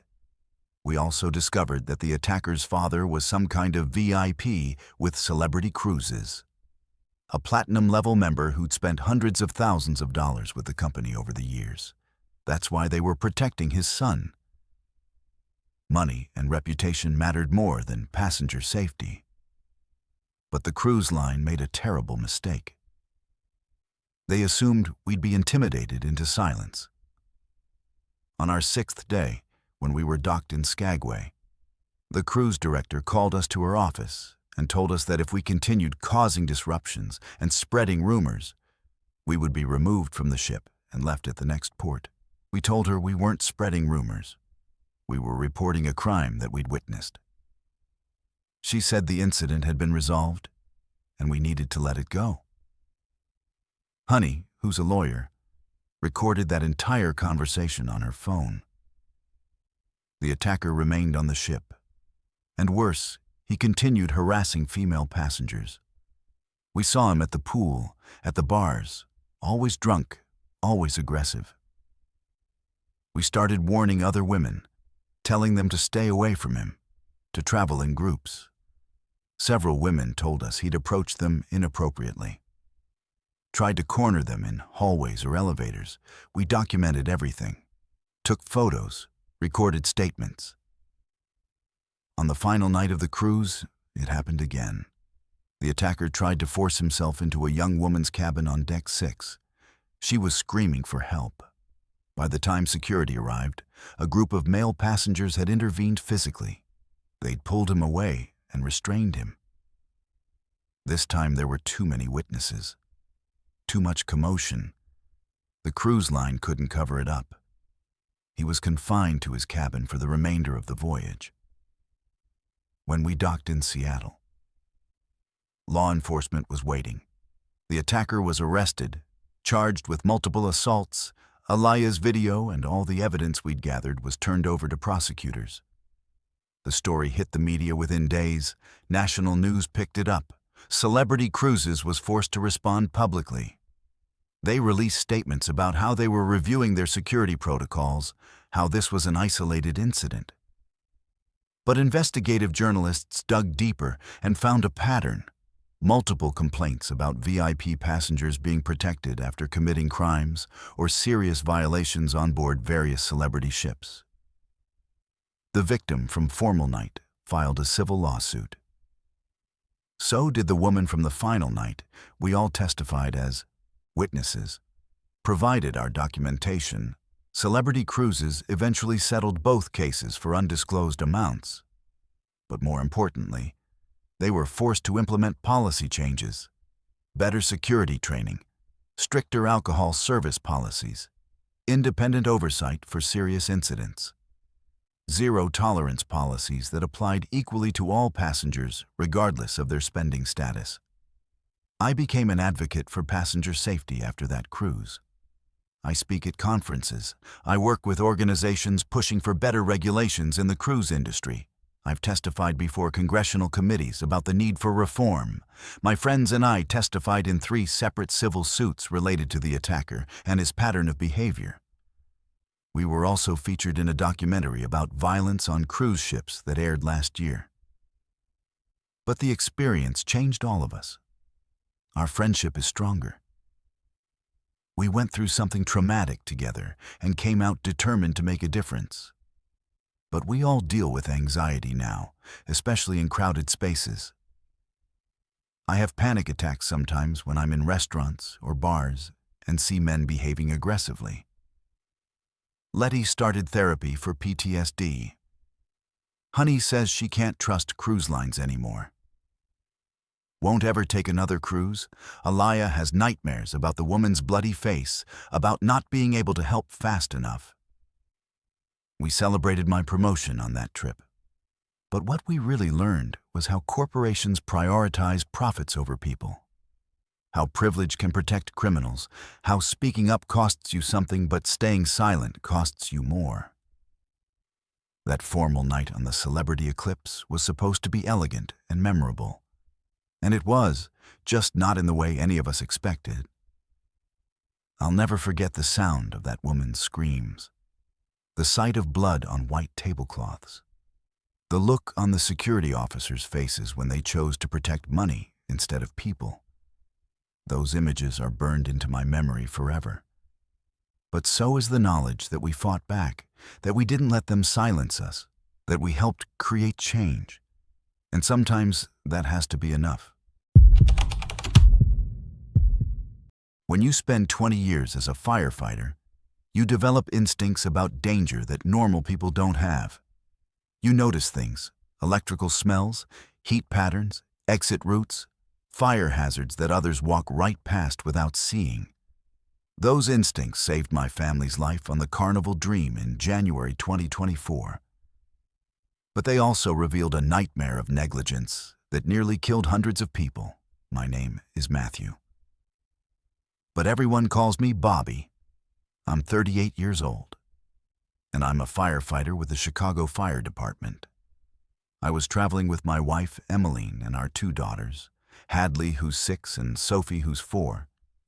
It was supposed to be a simple 5-day Bahamas cruise from Port Canaveral to Nassau and Freeport, a family vacation during the girls' winter break. Instead, it became the worst emergency I've ever faced. And I've seen a lot in my career. We boarded the Carnival Dream on a Tuesday morning. It was our first family cruise. The girls were so excited about the water slides and the kids' club. Emmeline was looking forward to relaxing by the pool. While I watched the girls, our cabin was on deck 9 aft. Cabin 9245, a balcony room that we'd splurged on. The first day was great. We explored the ship. The girls went swimming. We had dinner at the buffet and watched the sunset from our balcony. By the second day, we'd settled into a routine. The girls were comfortable. Emmeline was happy.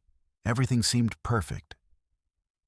But on that second night, around 11, after we'd put the girls to bed and Emmeline and I were watching TV, I smelled something that made my blood run cold. Smoke, not cigarette smoke or kitchen smoke, but electrical smoke. That distinct, acrid smell of burning insulation and wiring. I've responded to enough electrical fires to recognize it instantly. I told Emmeline to stay with the girls and went out into the hallway to investigate. The smell was stronger in the corridor, coming from the direction of the aft elevators. I followed it, checking door frames and walls for heat as I went. Basic fire safety training. Near the elevator bank, I found what I was looking for. An electrical panel in the wall was open, probably left that way by maintenance. Inside, I could see sparking, small flames licking up behind the wiring. The wall around it was hot to the touch. This wasn't a small problem. This was an active fire spreading through the ship's electrical system behind the walls. I immediately pulled the nearest fire alarm, the kind you break the glass and pull down. Nothing happened. No alarm, no sprinklers, nothing. I tried another one 20 feet down the hallway. Same result, and the fire alarms weren't working. I ran to the nearest house phone and called the operator. Told them I was a firefighter, that there was an electrical fire on deck 9 aft near the elevators, that they needed to respond immediately. The operator sounded confused, like she didn't know what to do with that information. She told me to stay calm and that she'd notify security. I went back to the electrical panel.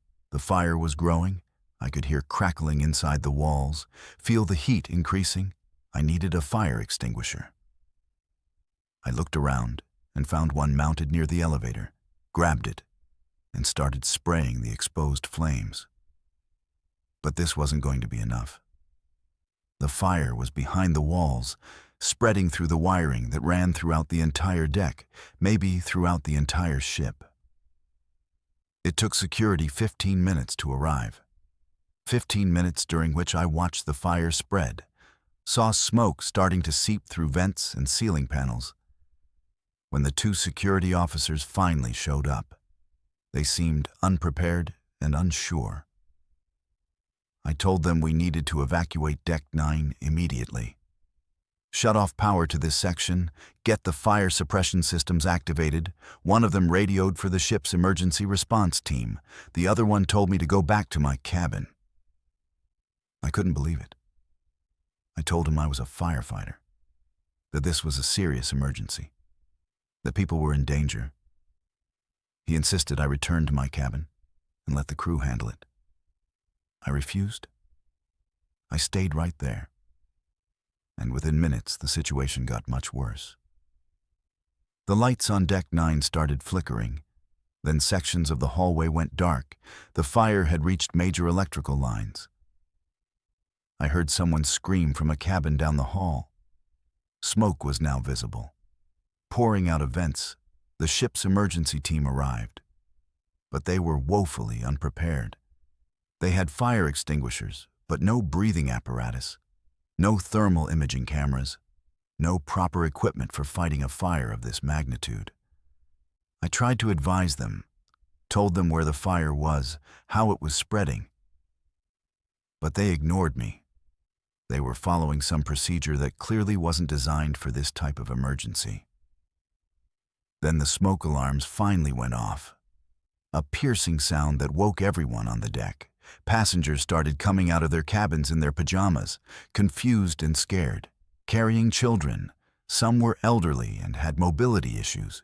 The crew members on scene had no clear plan for evacuation. They were telling people to go back to their cabins, that everything was under control. But I could see the fire spreading. I could feel the heat increasing. We needed to evacuate now. I started directing passengers myself, telling them to head to the main stairwells, to go up to Deck 10 or down to Deck 8, to get away from the smoke. Some crew members tried to stop me. But other passengers were listening to me because I was calm and direct and clearly knew what I was talking about. Emmeline appeared with our daughters, both girls crying and scared. I told her to take them to the muster station, to get life jackets. She was terrified, but trusted me. That's when the ship-wide announcement came. But it was confusing and contradictory. The captain was saying there was a minor electrical issue, that passengers should remain calm and follow crew instructions. But crew members, were giving different directions, some saying go to muster stations, others saying return to cabins. It was chaos. Meanwhile, the fire was growing. I could see flames now, coming through ceiling panels. The smoke was getting thicker. People were coughing, some were panicking. Then I witnessed something that made me absolutely furious. I saw crew members locking doors, specifically the doors to the ship's jewelry store, the art gallery, and the casino. They were protecting merchandise while passengers were trying to evacuate. I confronted one of them, demanded to know what they were doing. He said he was following orders. That valuable inventory needed to be secured. I told him people's lives were more valuable than jewelry, and he needed to help with the evacuation. He ignored me and finished locking the doors. The evacuation was failing. The official muster stations were overcrowded and disorganized. Crew members didn't seem to know the procedures. Some passengers were being sent to the wrong stations. Others were being told to wait in areas that were filling with smoke. I took charge of organizing people in my section, using my training to keep everyone calm, to get them moving in an orderly fashion. I helped elderly passengers downstairs, carried small children, made sure no one was left behind in cabins. But in the chaos, I lost track of Emmeline and my daughters. I'd sent them to muster station A. But when I got there after helping other passengers, they weren't there. I started panicking, searching, asking crew members if they'd seen a woman with 2 little girls. No one knew. The ship was losing more power. Emergency lighting was on in some areas, complete darkness in others. I was running through corridors filled with smoke, shouting my daughter's names, terrified. I finally found them at Muster Station C on Deck 4. They'd been misdirected by a crew member. Hadley was hysterical. Sophie was clinging to Emmeline and wouldn't let go. They were both traumatized. Emmeline was crying, telling me she thought they were going to die, that the crew didn't know what they were doing, that she'd seen elderly passengers collapse from smoke inhalation with no medical help available. By midnight, the ship had partially lost power. We were dead in the water. The engines had been shut down as a safety precaution. The fire was still burning on Deck 9 and had spread to parts of Deck 8 and Deck 10. The ship's fire suppression systems had finally activated in some areas, but not others. It was clear the Carnival Dream was not equipped to handle an emergency of this magnitude.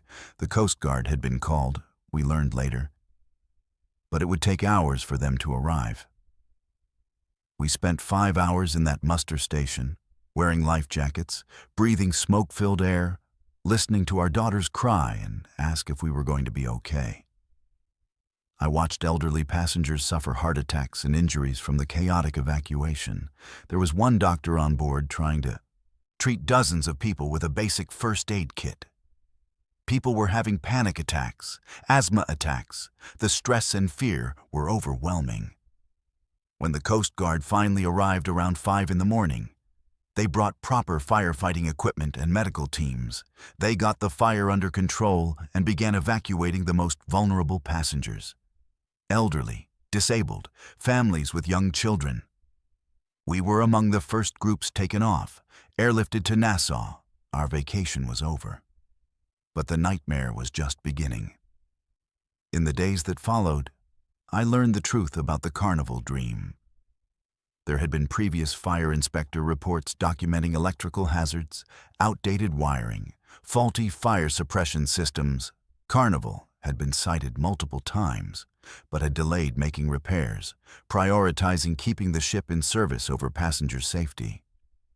The fire alarms that didn't work when I first pulled them had been reported as malfunctioning weeks earlier. The crew's lack of emergency training had been noted in internal reports, but never addressed. I was furious. My family had nearly died because of corporate negligence, because profits mattered more than safety. I filed extensive reports with the Coast Guard, with maritime authorities, with anyone who would listen. I documented every safety violation I'd witnessed, every failure in the evacuation procedures, every moment when crew prioritized protecting merchandise over protecting lives. Other families joined me. We formed a collective lawsuit against Carnival, representing over 200 passengers who'd been on the Dream that night.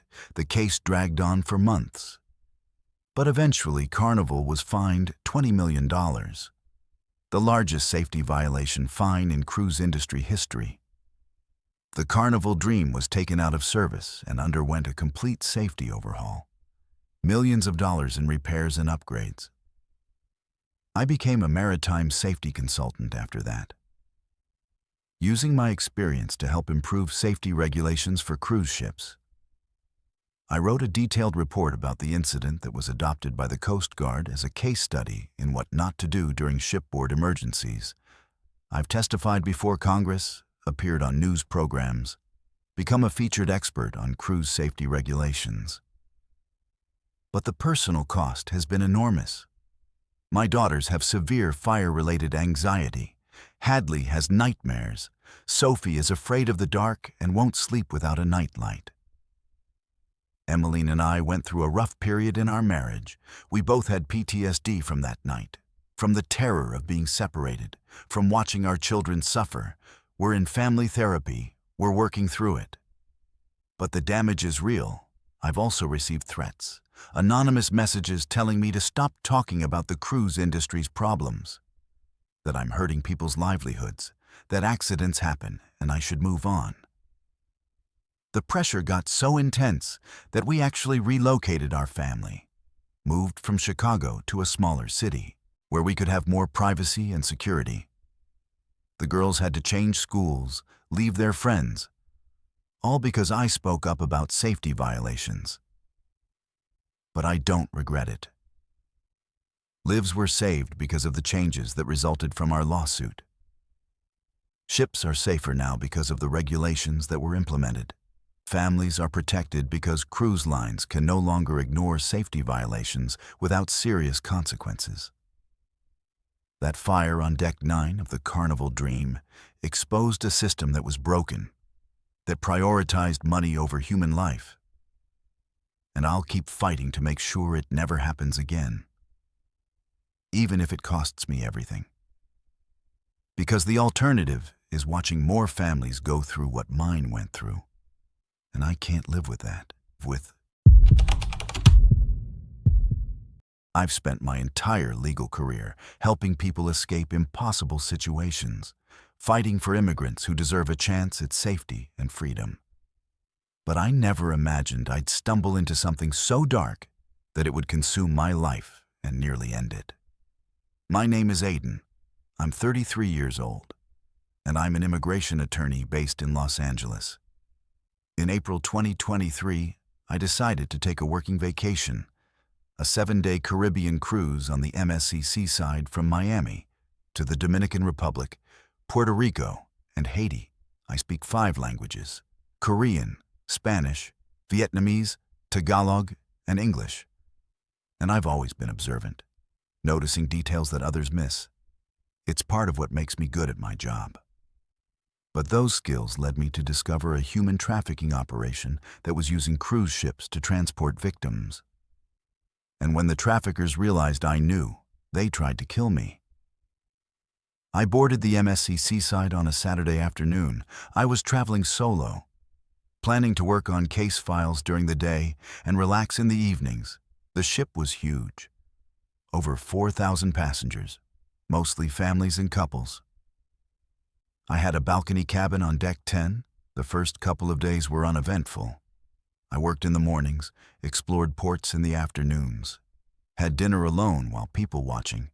That's when I first noticed them, a group of young women, maybe 8 or 9 of them, always together, always moving as a unit. What caught my attention was how they dressed. Identical cheap clothing, plain t-shirts and jeans that looked worn and ill-fitting. No jewelry, no purses, no personal items. While everyone else on the cruise was in vacation mode with bright colors and accessories. These women looked like they were wearing uniforms. They also seemed heavily supervised. There was always a man with them, sometimes 2 men. Keeping close, watching them constantly, the women never smiled, never took photos, never interacted with other passengers. On day 3, when we docked in the Dominican Republic, I saw the group again at breakfast in the buffet. The women were sitting at a corner table, heads down, eating quickly. One of the men supervising them was standing nearby, arms crossed. And I noticed something else. The women looked malnourished, thin, with dark circles under their eyes. They seemed fearful, jumping slightly whenever anyone walked too close to their table. My professional instincts kicked in. I've worked with trafficking victims before. I know the signs. And everything about this situation screamed that something was very wrong. I positioned myself at a nearby table where I could observe without being obvious. I pretended to read documents while actually watching them. That's when I heard them speaking. It wasn't English or Spanish. It was Vietnamese. I speak Vietnamese because I worked with a large Vietnamese refugee community in Los Angeles. And what I heard made my blood run cold. One woman was quietly saying she didn't know where they were taking them next. Another was crying softly, saying she wanted to go home. A third woman whispered something about the man who owns us. They weren't tourists. They weren't crew members. They were prisoners. I needed to be careful. I couldn't just approach them. That would put them in danger and alert their captors. So I started documenting what I saw. I took discreet photos on my phone, noted times and locations, wrote down descriptions of the men who were supervising them. I also started asking casual questions of crew members. Had they seen this group? Did they know what deck they were staying on? Most crew members seemed uncomfortable with my questions. Either they didn't know or they didn't want to talk about it. On day 4, something happened that confirmed my suspicions and changed everything. I was sitting on deck 12 near the pool, working on my laptop, when one of the women from the group walked past me. She was alone for once. No supervisor visible. She moved quickly, but as she passed my chair, she dropped something, a small piece of paper folded tightly. Then she kept walking without looking back. I picked it up, my heart pounding. I waited a few minutes, then unfolded it. The note was written in Tagalog, another language I speak. It said, "Please help us. We are prisoners. Cabin 12004. They will kill us. We were promised jobs, but they took our passports. Please help." I read it 3 times, my hands shaking. This was real. This was happening right here on this ship. I needed to do something, but I also needed to be smart about it. If I went to ship security, they might be involved. If I confronted the traffickers directly, I'd be putting the women and myself in danger. I went back to my cabin and called the FBI. I used my satellite phone connection, which was expensive but secure. I explained the situation to the agent who answered, told them about the women, the note, everything I'd observed. They took me seriously, thank God. They told me there was an active investigation into human trafficking operations using cruise ships in the Caribbean. They instructed me to gather as much information as possible without putting myself at risk, to document everything, and to stay in touch. They said they'd have agents ready to board the ship when we docked in Miami in 3 days. For the next 2 days, I became an investigator. I tracked the women's movements, photographed their supervisors, tried to identify which crew members might be involved. I discovered that cabin 12004 was on deck 12. But it wasn't listed as a passenger cabin on the ship's directory. I checked the deck plans and realized it was in a section designated for crew accommodations. The women were being hidden in crew areas where passengers weren't supposed to go. I also started noticing patterns with port stops. At each port, the women would disembark with their supervisors. But they wouldn't go on excursions. Instead, they'd be taken to specific locations. I followed them once in Puerto Rico, keeping a safe distance.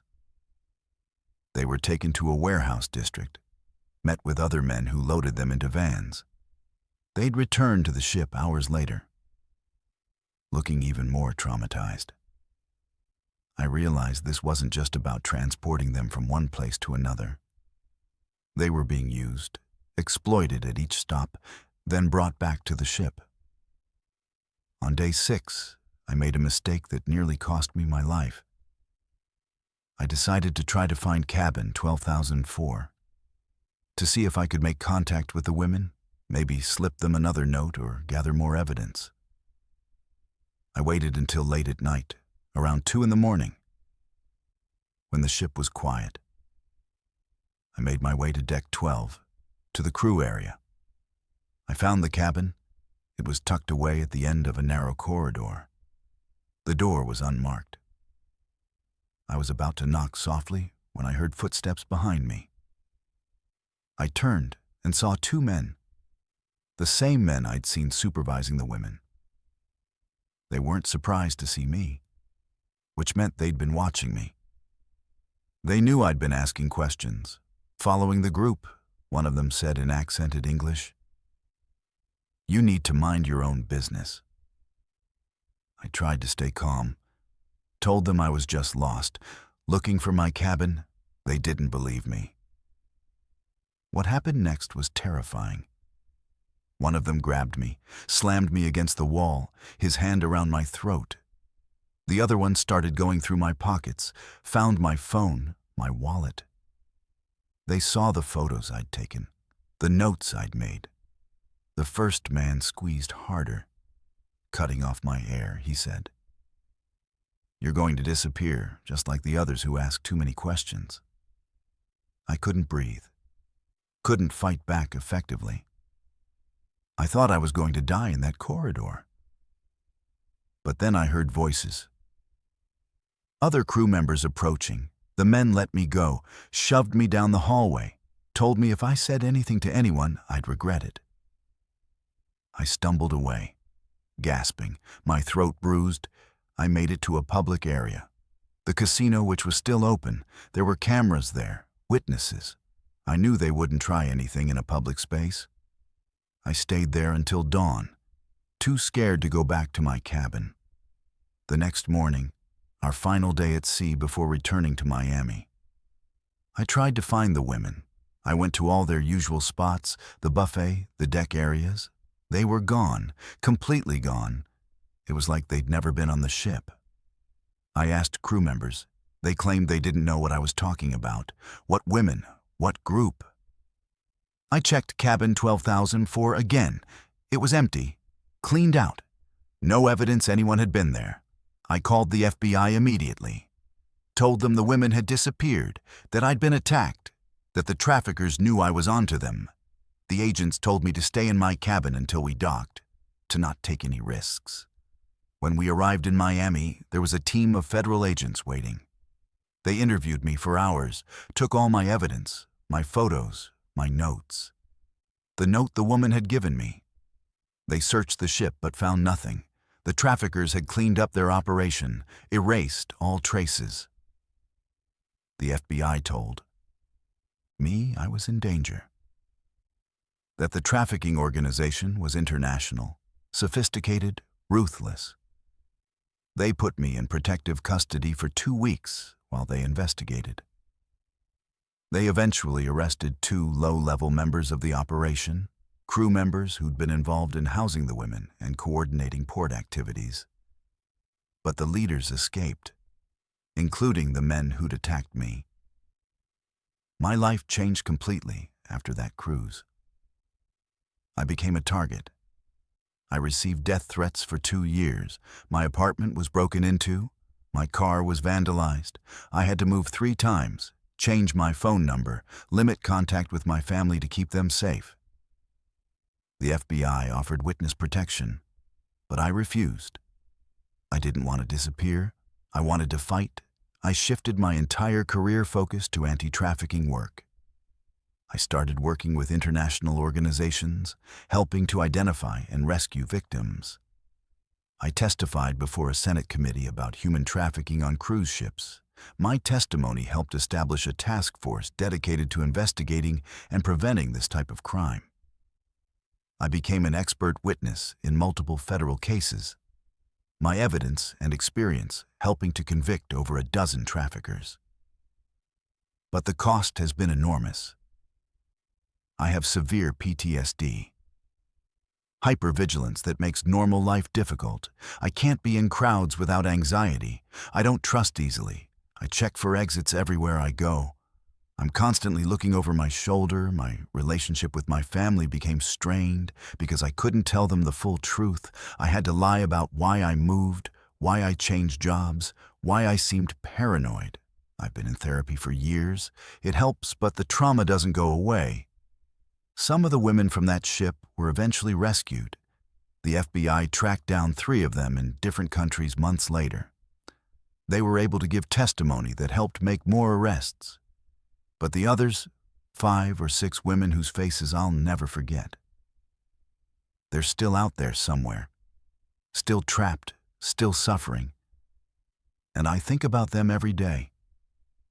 I wonder if the woman who gave me that note is alive, if she's free, if she knows that her bravery, her desperate plea for help, actually made a difference. I live with survivor's guilt, wondering if I could have done more, if I should have been smarter, more careful.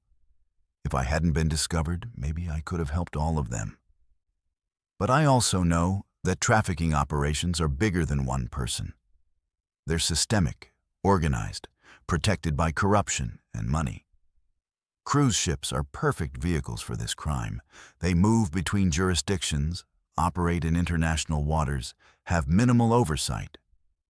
The industry doesn't want to acknowledge the problem because it's bad for business. That's why I keep speaking up. Keep testifying. Keep pushing for stronger regulations and better enforcement.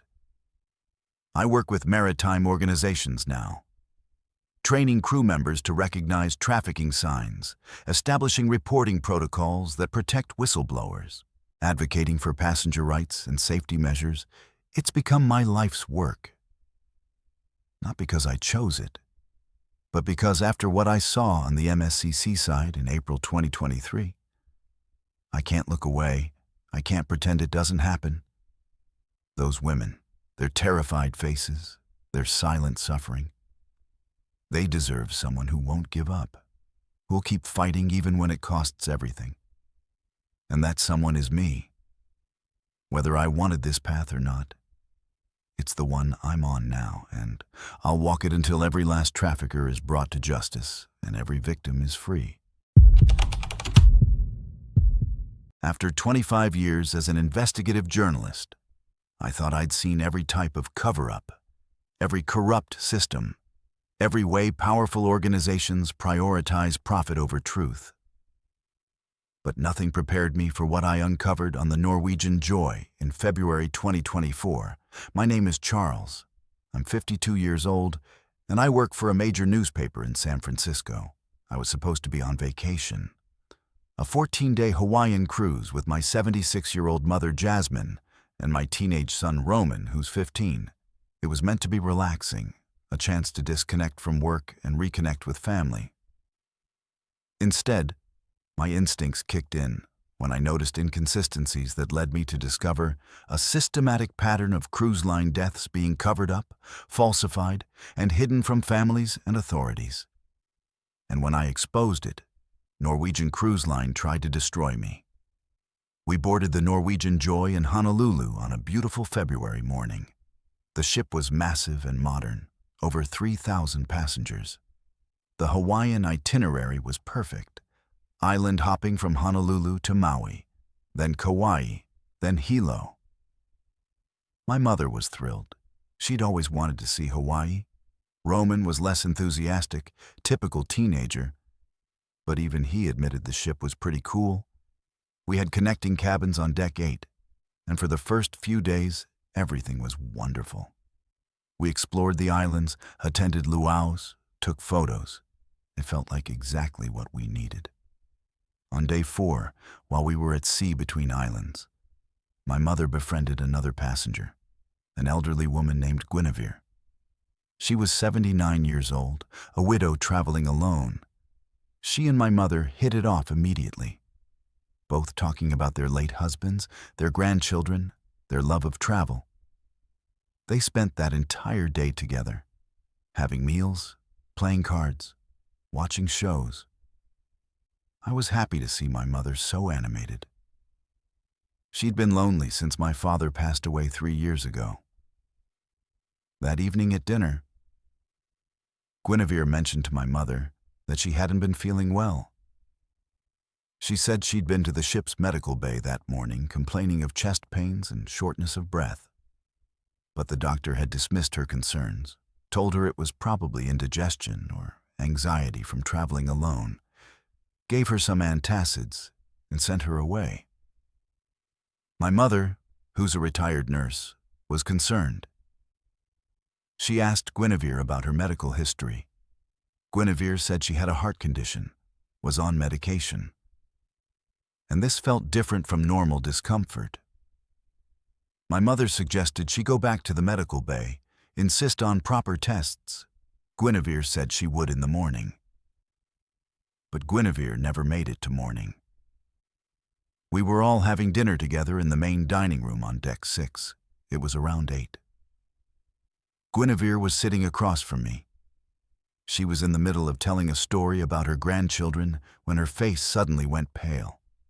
She clutched her chest, gasped for air, and collapsed forward onto the table. My mother screamed, "People around us." People around. Jumped up, I immediately called for help while my mother, using her nursing training, checked Guinevere's pulse. The medical team arrived within minutes. They put Guinevere on a stretcher and rushed her away. We tried to follow, but were stopped by security. They told us to return to our activities, that Guinevere was being taken care of. My mother was distraught. She kept saying Guinevere needed proper cardiac care, that the ship's medical facilities weren't equipped for serious heart emergencies. I tried to calm her down, told her they'd probably airlift Guinevere to a hospital on one of the islands. The next morning, my mother wanted to check on Guinevere. We went to the medical bay on deck 3. But when we asked about Guinevere, the nurse at the desk looked confused. She checked her computer and said there was no patient by that name. I insisted, described Guinevere, gave them her cabin number, which my mother had written down. The nurse made a phone call, then told us that Guinevere had disembarked due to a family emergency, that she'd left the ship at our last port. That didn't make sense. We'd witnessed Guinevere collapse the night before. She'd been unconscious. There was no way she'd disembarked anywhere. I asked to speak to the doctor who treated her. The nurse said that wasn't possible, that patient information was confidential. I told her we weren't asking for medical details. We just wanted to know if Guinevere was okay. She repeated that Guinevere had left the ship and we should direct any further questions to guest services. My mother was upset. Something felt wrong about the whole situation. She insisted we go check Guinevere's cabin. We went to deck 9 where Guinevere had been staying. Cabin 9134. My mother knocked, no answer. She tried the door handle. It was locked. But through the small gap at the bottom, we could see that the lights were off. It looked empty. We found a housekeeper and asked about the passenger in that cabin. The housekeeper said the cabin had been cleaned out that morning. All belongings removed. New passengers were checking in that afternoon. Now I was suspicious. My journalist instincts were screaming that something was being covered up. I started asking questions. I went to guest services. I spoke with the cruise director. I demanded to know what happened to Guinevere, where she was taken, how to contact her family. Everyone gave me the same scripted response. The passenger had disembarked for personal reasons. They couldn't provide additional information due to privacy policies. But I could see it in their faces. They were lying. They were hiding something. I decided to do what I do best: investigate. I started talking to other passengers, asking if anyone had seen Guinevere after dinner that night, if anyone knew what happened. Most people had no information. But I found 3 passengers who'd witnessed the collapse. They all said Guinevere had been taken away on a stretcher, unconscious. One of them, retired doctor, said he'd tried to help and it was clearly a cardiac event, possibly a heart attack. Then I started interviewing crew members, off the record, buying them drinks, building rapport. It took 2 days, but finally a young crew member from housekeeping confided in me. She said Guinevere had died. That night, in the medical bay, she'd gone into cardiac arrest and they couldn't revive her. Her body was in the ship's morgue, a refrigerated storage area on deck 2. But the ship's management had decided not to announce the death. They'd cleaned out her cabin, removed all evidence she'd been there, and were planning to claim she'd disembarked for personal reasons. I was horrified. They were covering up a passenger's death, lying to everyone, including Guinevere's family. I asked why. The crew member said it was company policy. Deaths on cruise ships are bad for business.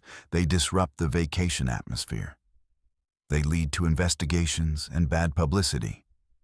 So unless absolutely necessary, they minimize and hide deaths, falsify paperwork, and dump bodies at ports as quietly as possible. I needed proof, I convinced Roman, who's a tech-savvy kid. To help me access restricted areas of the ship, we posed as lost passengers and made our way down to Deck 2. We found the area marked Authorized Personnel Only. I used my press credentials and confidence to talk our way past a crew member. We found the morgue. Through a small window in the door, I could see several body bags on metal tables. One of them had a tag. I took a photo with my phone, zoomed in.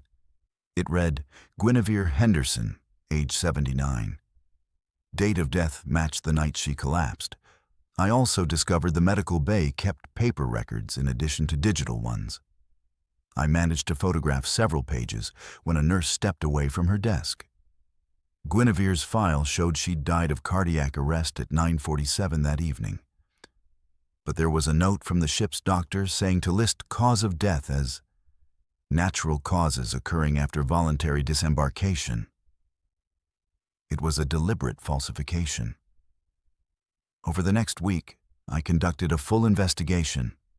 I interviewed over 30 passengers and crew members.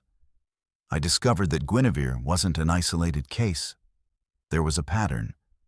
The ship's doctor, a man named Dr. Adya, had a history of misdiagnosing elderly passengers, dismissing their concerns, and then when they died, covering it up. I found 4 other cases just on this cruise, passengers who'd disembarked for personal reasons, but had actually died on board. I also learned that families were never notified shipside. They'd get death certificates weeks later listing vague causes and locations that didn't match reality. One family I contacted later told me their father had supposedly died in a Honolulu hospital.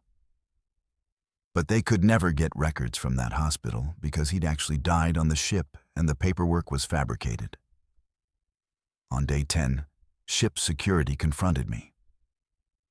They'd found out I'd been accessing restricted areas, interviewing crew, taking photos. They threatened to arrest me for harassment, trespassing, and breach of ship regulations. They said I'd be confined to my cabin for the remainder of the cruise and potentially turned over to authorities in Honolulu. I told them I was a journalist conducting an investigation into potential criminal activity. They didn't care. But I'd been smart. Every piece of evidence, every photo, every interview I'd recorded, Roman had uploaded to an encrypted cloud server in real time. Even if they confiscated my devices, destroyed my notes, the evidence was safe. I told security this. I told them that if anything happened to me or my family, if we were detained or harassed, the story would publish immediately. They backed off, but warned me not to publish anything without verifying facts.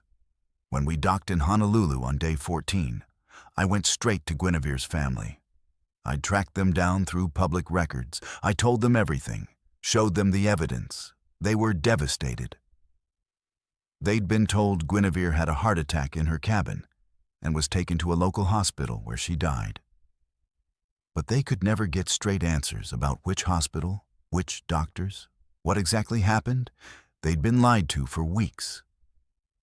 I published my expose 3 days later, a front-page story detailing Guinevere's death, the cover-up, the pattern of falsified death certificates, the ship doctor's negligence, the company's policy of prioritizing smooth operations over passenger safety and truth. The story went viral.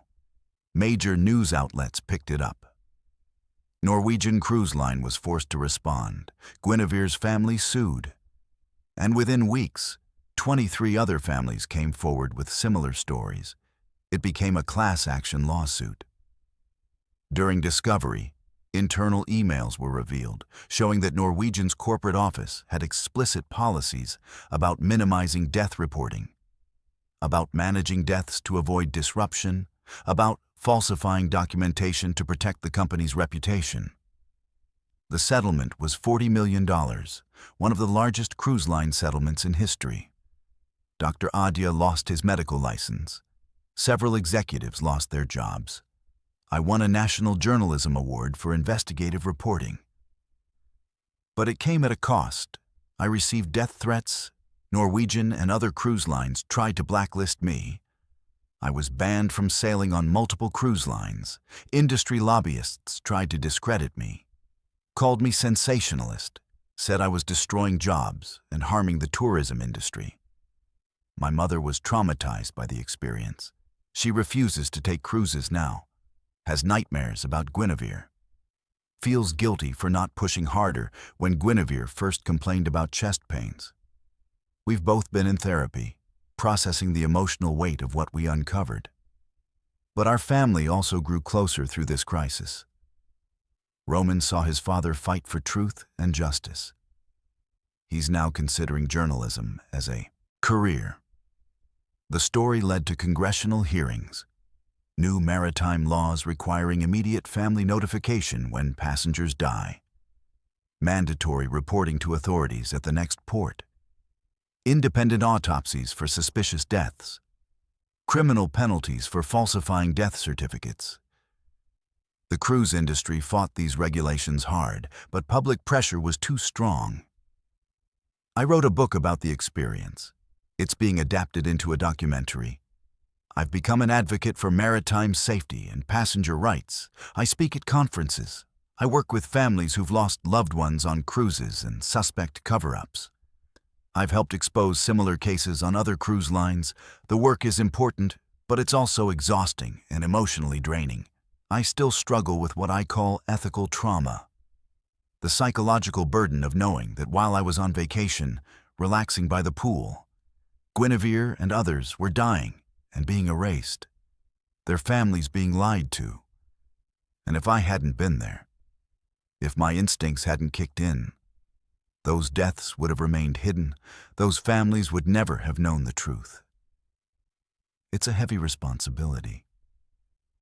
Sometimes I wonder if I should have just stayed on vacation mode, let it go, enjoyed my time with my mother and son.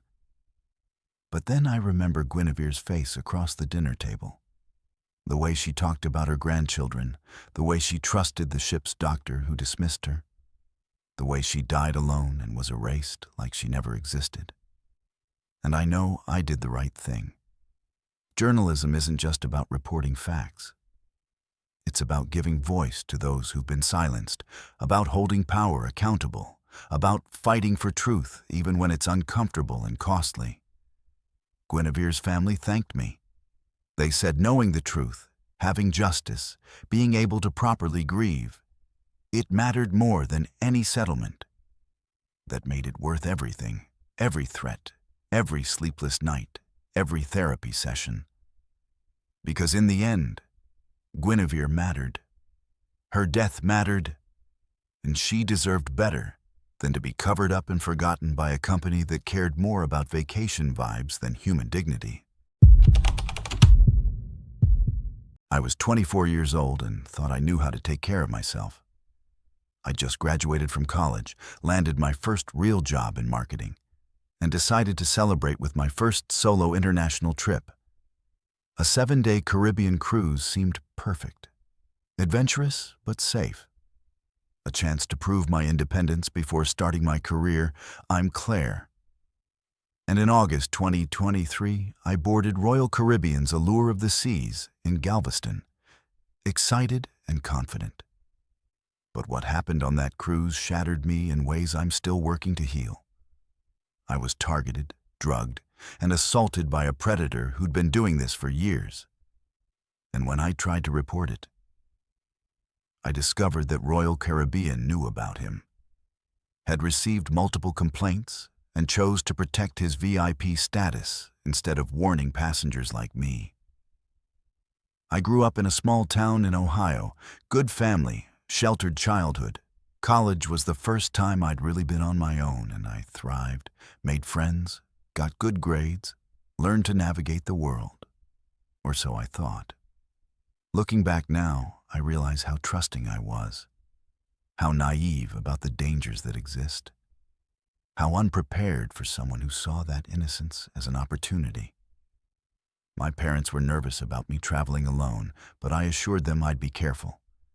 The cruise was on a major cruise line, thousands of people around. What could go wrong? I boarded on a Saturday afternoon in August. The Allure of the Seas is one of the largest cruise ships in the world. Over 6,000 passengers. The scale was overwhelming but exciting. I had an interior cabin on deck 7, small but adequate for one person. I spent the first few hours exploring, taking photos, trying to orient myself. I was waiting in line at guest services to ask about shore excursions when I met him, the man who would destroy my sense of safety. His name was Ezekiel, or at least that's what he told me. He was probably in his mid-40s, well-dressed in expensive casual wear, tan like someone who spent a lot of time traveling. He struck up a conversation, asked if this was my first cruise. When I said yes, he offered to show me around, point out the best restaurants and bars, give me tips on how to navigate such a big ship. He seemed friendly, harmless, like a helpful older brother type. I accepted his offer, grateful for the guidance. We spent that first evening walking around the ship. He showed me the different decks, explained how the dining system worked, recommended excursions at the ports we'd be visiting: Cozumel, Roatan, Costa Maya. He told me he was a frequent cruiser, traveled solo several times a year, loved the freedom and relaxation of it. He bought me a drink at one of the bars. We talked about my new job, my college experience, my plans for the future. I thought I'd made a friend, someone who'd make the trip less lonely. The next day was our first sea day. I saw Ezekiel at breakfast. We sat together. Then he invited me to hang out by the pool. I was wearing my new bikini, feeling confident and happy. We found chairs near the main pool on deck 15. He went to the bar and brought back tropical drinks, said he'd put them on his account as a celebration of my graduation. I thanked him. We spent the afternoon in the sun, talking, laughing. He was charming and attentive in a way that felt flattering. But about an hour after I finished that drink, I started feeling strange, dizzy, and disoriented. Like I'd had way too much alcohol, even though I'd only had that one drink. I told Ezekiel I wasn't feeling well. Needed to go back to my cabin. He said he'd walk me back, make sure I got there safely. I remember walking through the ship, the corridors seeming to tilt and spin, Ezekiel's arm around my waist supporting me. I remember getting to my deck. But after that, everything goes blank. The next thing I remember is waking up in my cabin. It was dark. I checked my phone. It was after midnight. I'd lost 7 hours. I was in my bed, but I wasn't wearing the same clothes. I was in a t-shirt I didn't remember putting on. My bikini and shorts were on the floor. My body felt wrong, sore in places.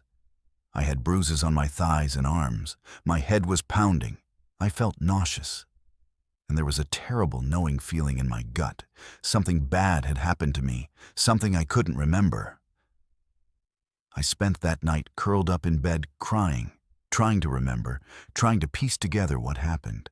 Did I really just get too drunk, pass out, undress myself, or had something worse happened? I felt violated, but I had no clear memories. No proof. I was confused and scared and deeply ashamed. I didn't know what to do, who to tell. I was alone on this ship with no friends, no family. And if something had happened, the person who did it might still be out there. The next morning, I forced myself to get up, take a shower, try to act normal. I went to breakfast but couldn't eat. I kept seeing Ezekiel in my mind, the way he'd insisted on walking me back. But I had no proof he'd done anything wrong. Maybe I was just being paranoid. Maybe I really had just gotten drunk and blacked out. But I'd never blacked out from alcohol before. I was a responsible drinker in college. I knew my limits. Something felt very wrong. That afternoon, I went to one of the bars on deck 11. Not to drink, but to sit somewhere public where I felt safer. The female bartender, her name was Sanvi, noticed I seemed upset. She asked if I was okay. There was something kind in her face that made me break down. I told her what happened. or what I could remember. She looked sad, but not surprised. She told me quietly that 3 other young women on this cruise had reported similar experiences. Drinks from strangers, memory gaps, waking up with signs of assault. She said ship security had dismissed the complaints, suggested the women had just partied too hard. I couldn't believe what I was hearing. 3 other women, the same pattern. This wasn't random. Someone was targeting passengers, drugging them, assaulting them, and security wasn't taking it seriously. Sanvi gave me the names of 2 of the women, said they'd given her permission to share in case anyone else came forward. She said I should report what happened to me, add my voice to theirs. But she warned me that security might not believe me, might try to discourage me from pursuing it. I contacted the 2 women Sanvi had told me about. We met in private. One was 22, traveling with her sister. The other was 26, on her honeymoon without her husband, who'd stayed behind for work. Both had similar stories. They'd met a friendly male passenger who bought them drinks. They felt drugged, had memory gaps, woke up with signs of assault. When they reported it to security, they were questioned in ways that made them feel blamed, asked what they were wearing, how much they'd drunk before, whether they'd been flirting. Their complaints were filed, but no action was taken. We compared notes, and a horrifying pattern emerged. The man who targeted all of us matched Ezekiel's description. Same age range, same charming personality, same MO of befriending solo female travelers or women traveling without male companions. We realized he was a serial predator operating on cruise ships, and he was getting away with it because security wasn't protecting passengers. Together, we went to the security office. 3 of us demanding to be heard, demanding action. The head of security, a man who seemed more concerned with protecting the cruise line than protecting passengers, told us that without clear evidence, without witnesses, without remembered consent conversations, there was nothing they could do. He actually suggested we might have accepted advances we later regretted. That memory loss could be from alcohol, not drugs, that we shouldn't make serious accusations without proof. We were devastated and furious. So we took matters into our own hands. We started warning other young women on the ship, telling them about Ezekiel, showing them his photo, which we'd found in group pictures online. We discovered a 4th victim who hadn't reported yet. Same pattern, same predator. We also learned from crew members we befriended that Ezekiel was a VIP passenger, platinum level. He cruised multiple times a year and spent thousands in the casino and bars. Previous complaints had been buried to protect his status and keep him spending money. One of the victims had brought her best friend on the cruise, and that friend happened to be a lawyer. She contacted the FBI from the ship, explained the situation, provided all our statements and evidence. The FBI told her they'd have agents ready at our next port. But they needed us to keep Ezekiel on the ship, to watch him and document everything. On our 5th day, we watched Ezekiel target another young woman at the pool.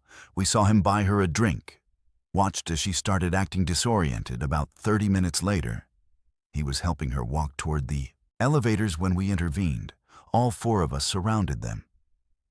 We told the woman loudly that she'd been drugged, that this man was a predator, that she needed medical attention. Passengers around the pool stopped to watch, started recording on their phones. Ezekiel tried to leave, but we blocked him, shouted for security, caused such a scene that the crew had to respond.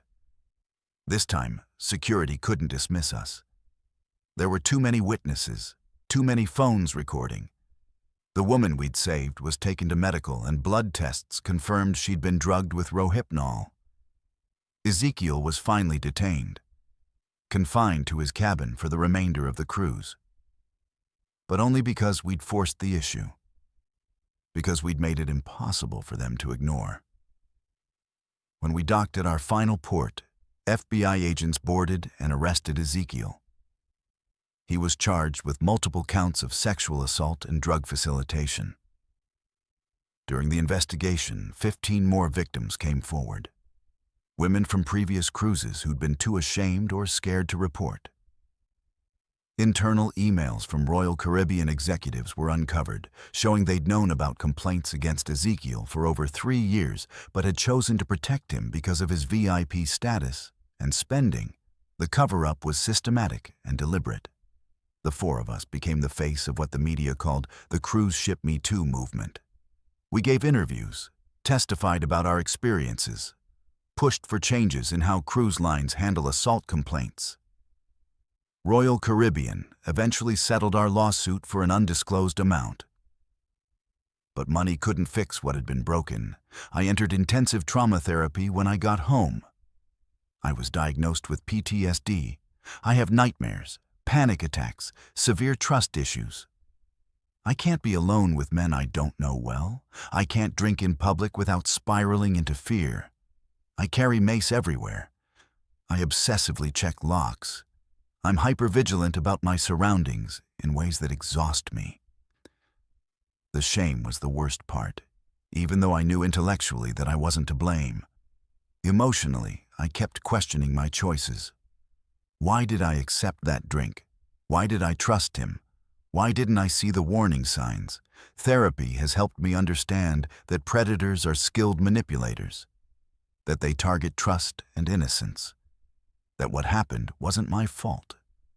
But the shame still creeps in sometimes, especially on bad days. I've become an advocate for assault victims. I testify before Congress. I work with organizations establishing passenger safety protocols. I helped create a hotline for cruise ship assault victims. I give talks at colleges about travel safety and recognizing predatory behavior. I went back to school, and I'm now pursuing a law degree with a focus on victim advocacy. I want to be able to fight for others the way that lawyer friend fought for us. The 4 of us from that cruise stay in touch. We're bonded by trauma, but also by survival and purpose.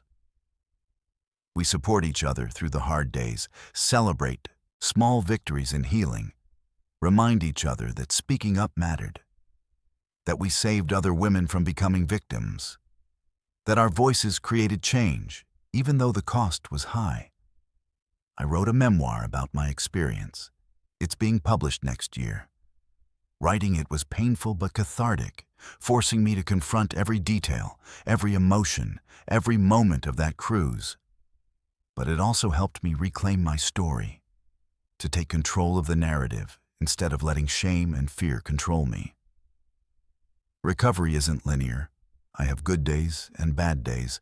Therapy helps, but the trauma is always there. I'm not the same person who boarded that ship in August 2023, innocent and excited and trusting. That version of me is gone. But I'm learning to accept this new version. The one who's been broken, but is slowly rebuilding. The one who's afraid, but fights anyway. The one who knows the world can be cruel, but chooses to make it safer for others. Ezekiel is in prison. He'll be there for a long time. But there are other predators out there, other cruise ships, other young women who don't know to be careful.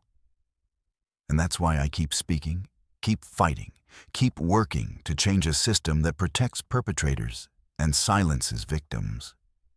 Because if my pain, my story, my voice can save even one person from going through what I went through, then maybe all of this horrible experience will have had some purpose. Thank you for joining me tonight on Mr. Nightveil. If these stories kept you awake, hit that subscribe button and ring the notification bell so you never miss another chilling tale. Share your own cruise ship horror experiences in the comments below. I read every single one. Until next time, stay safe out there. And remember, sometimes the darkest secrets hide in plain sight.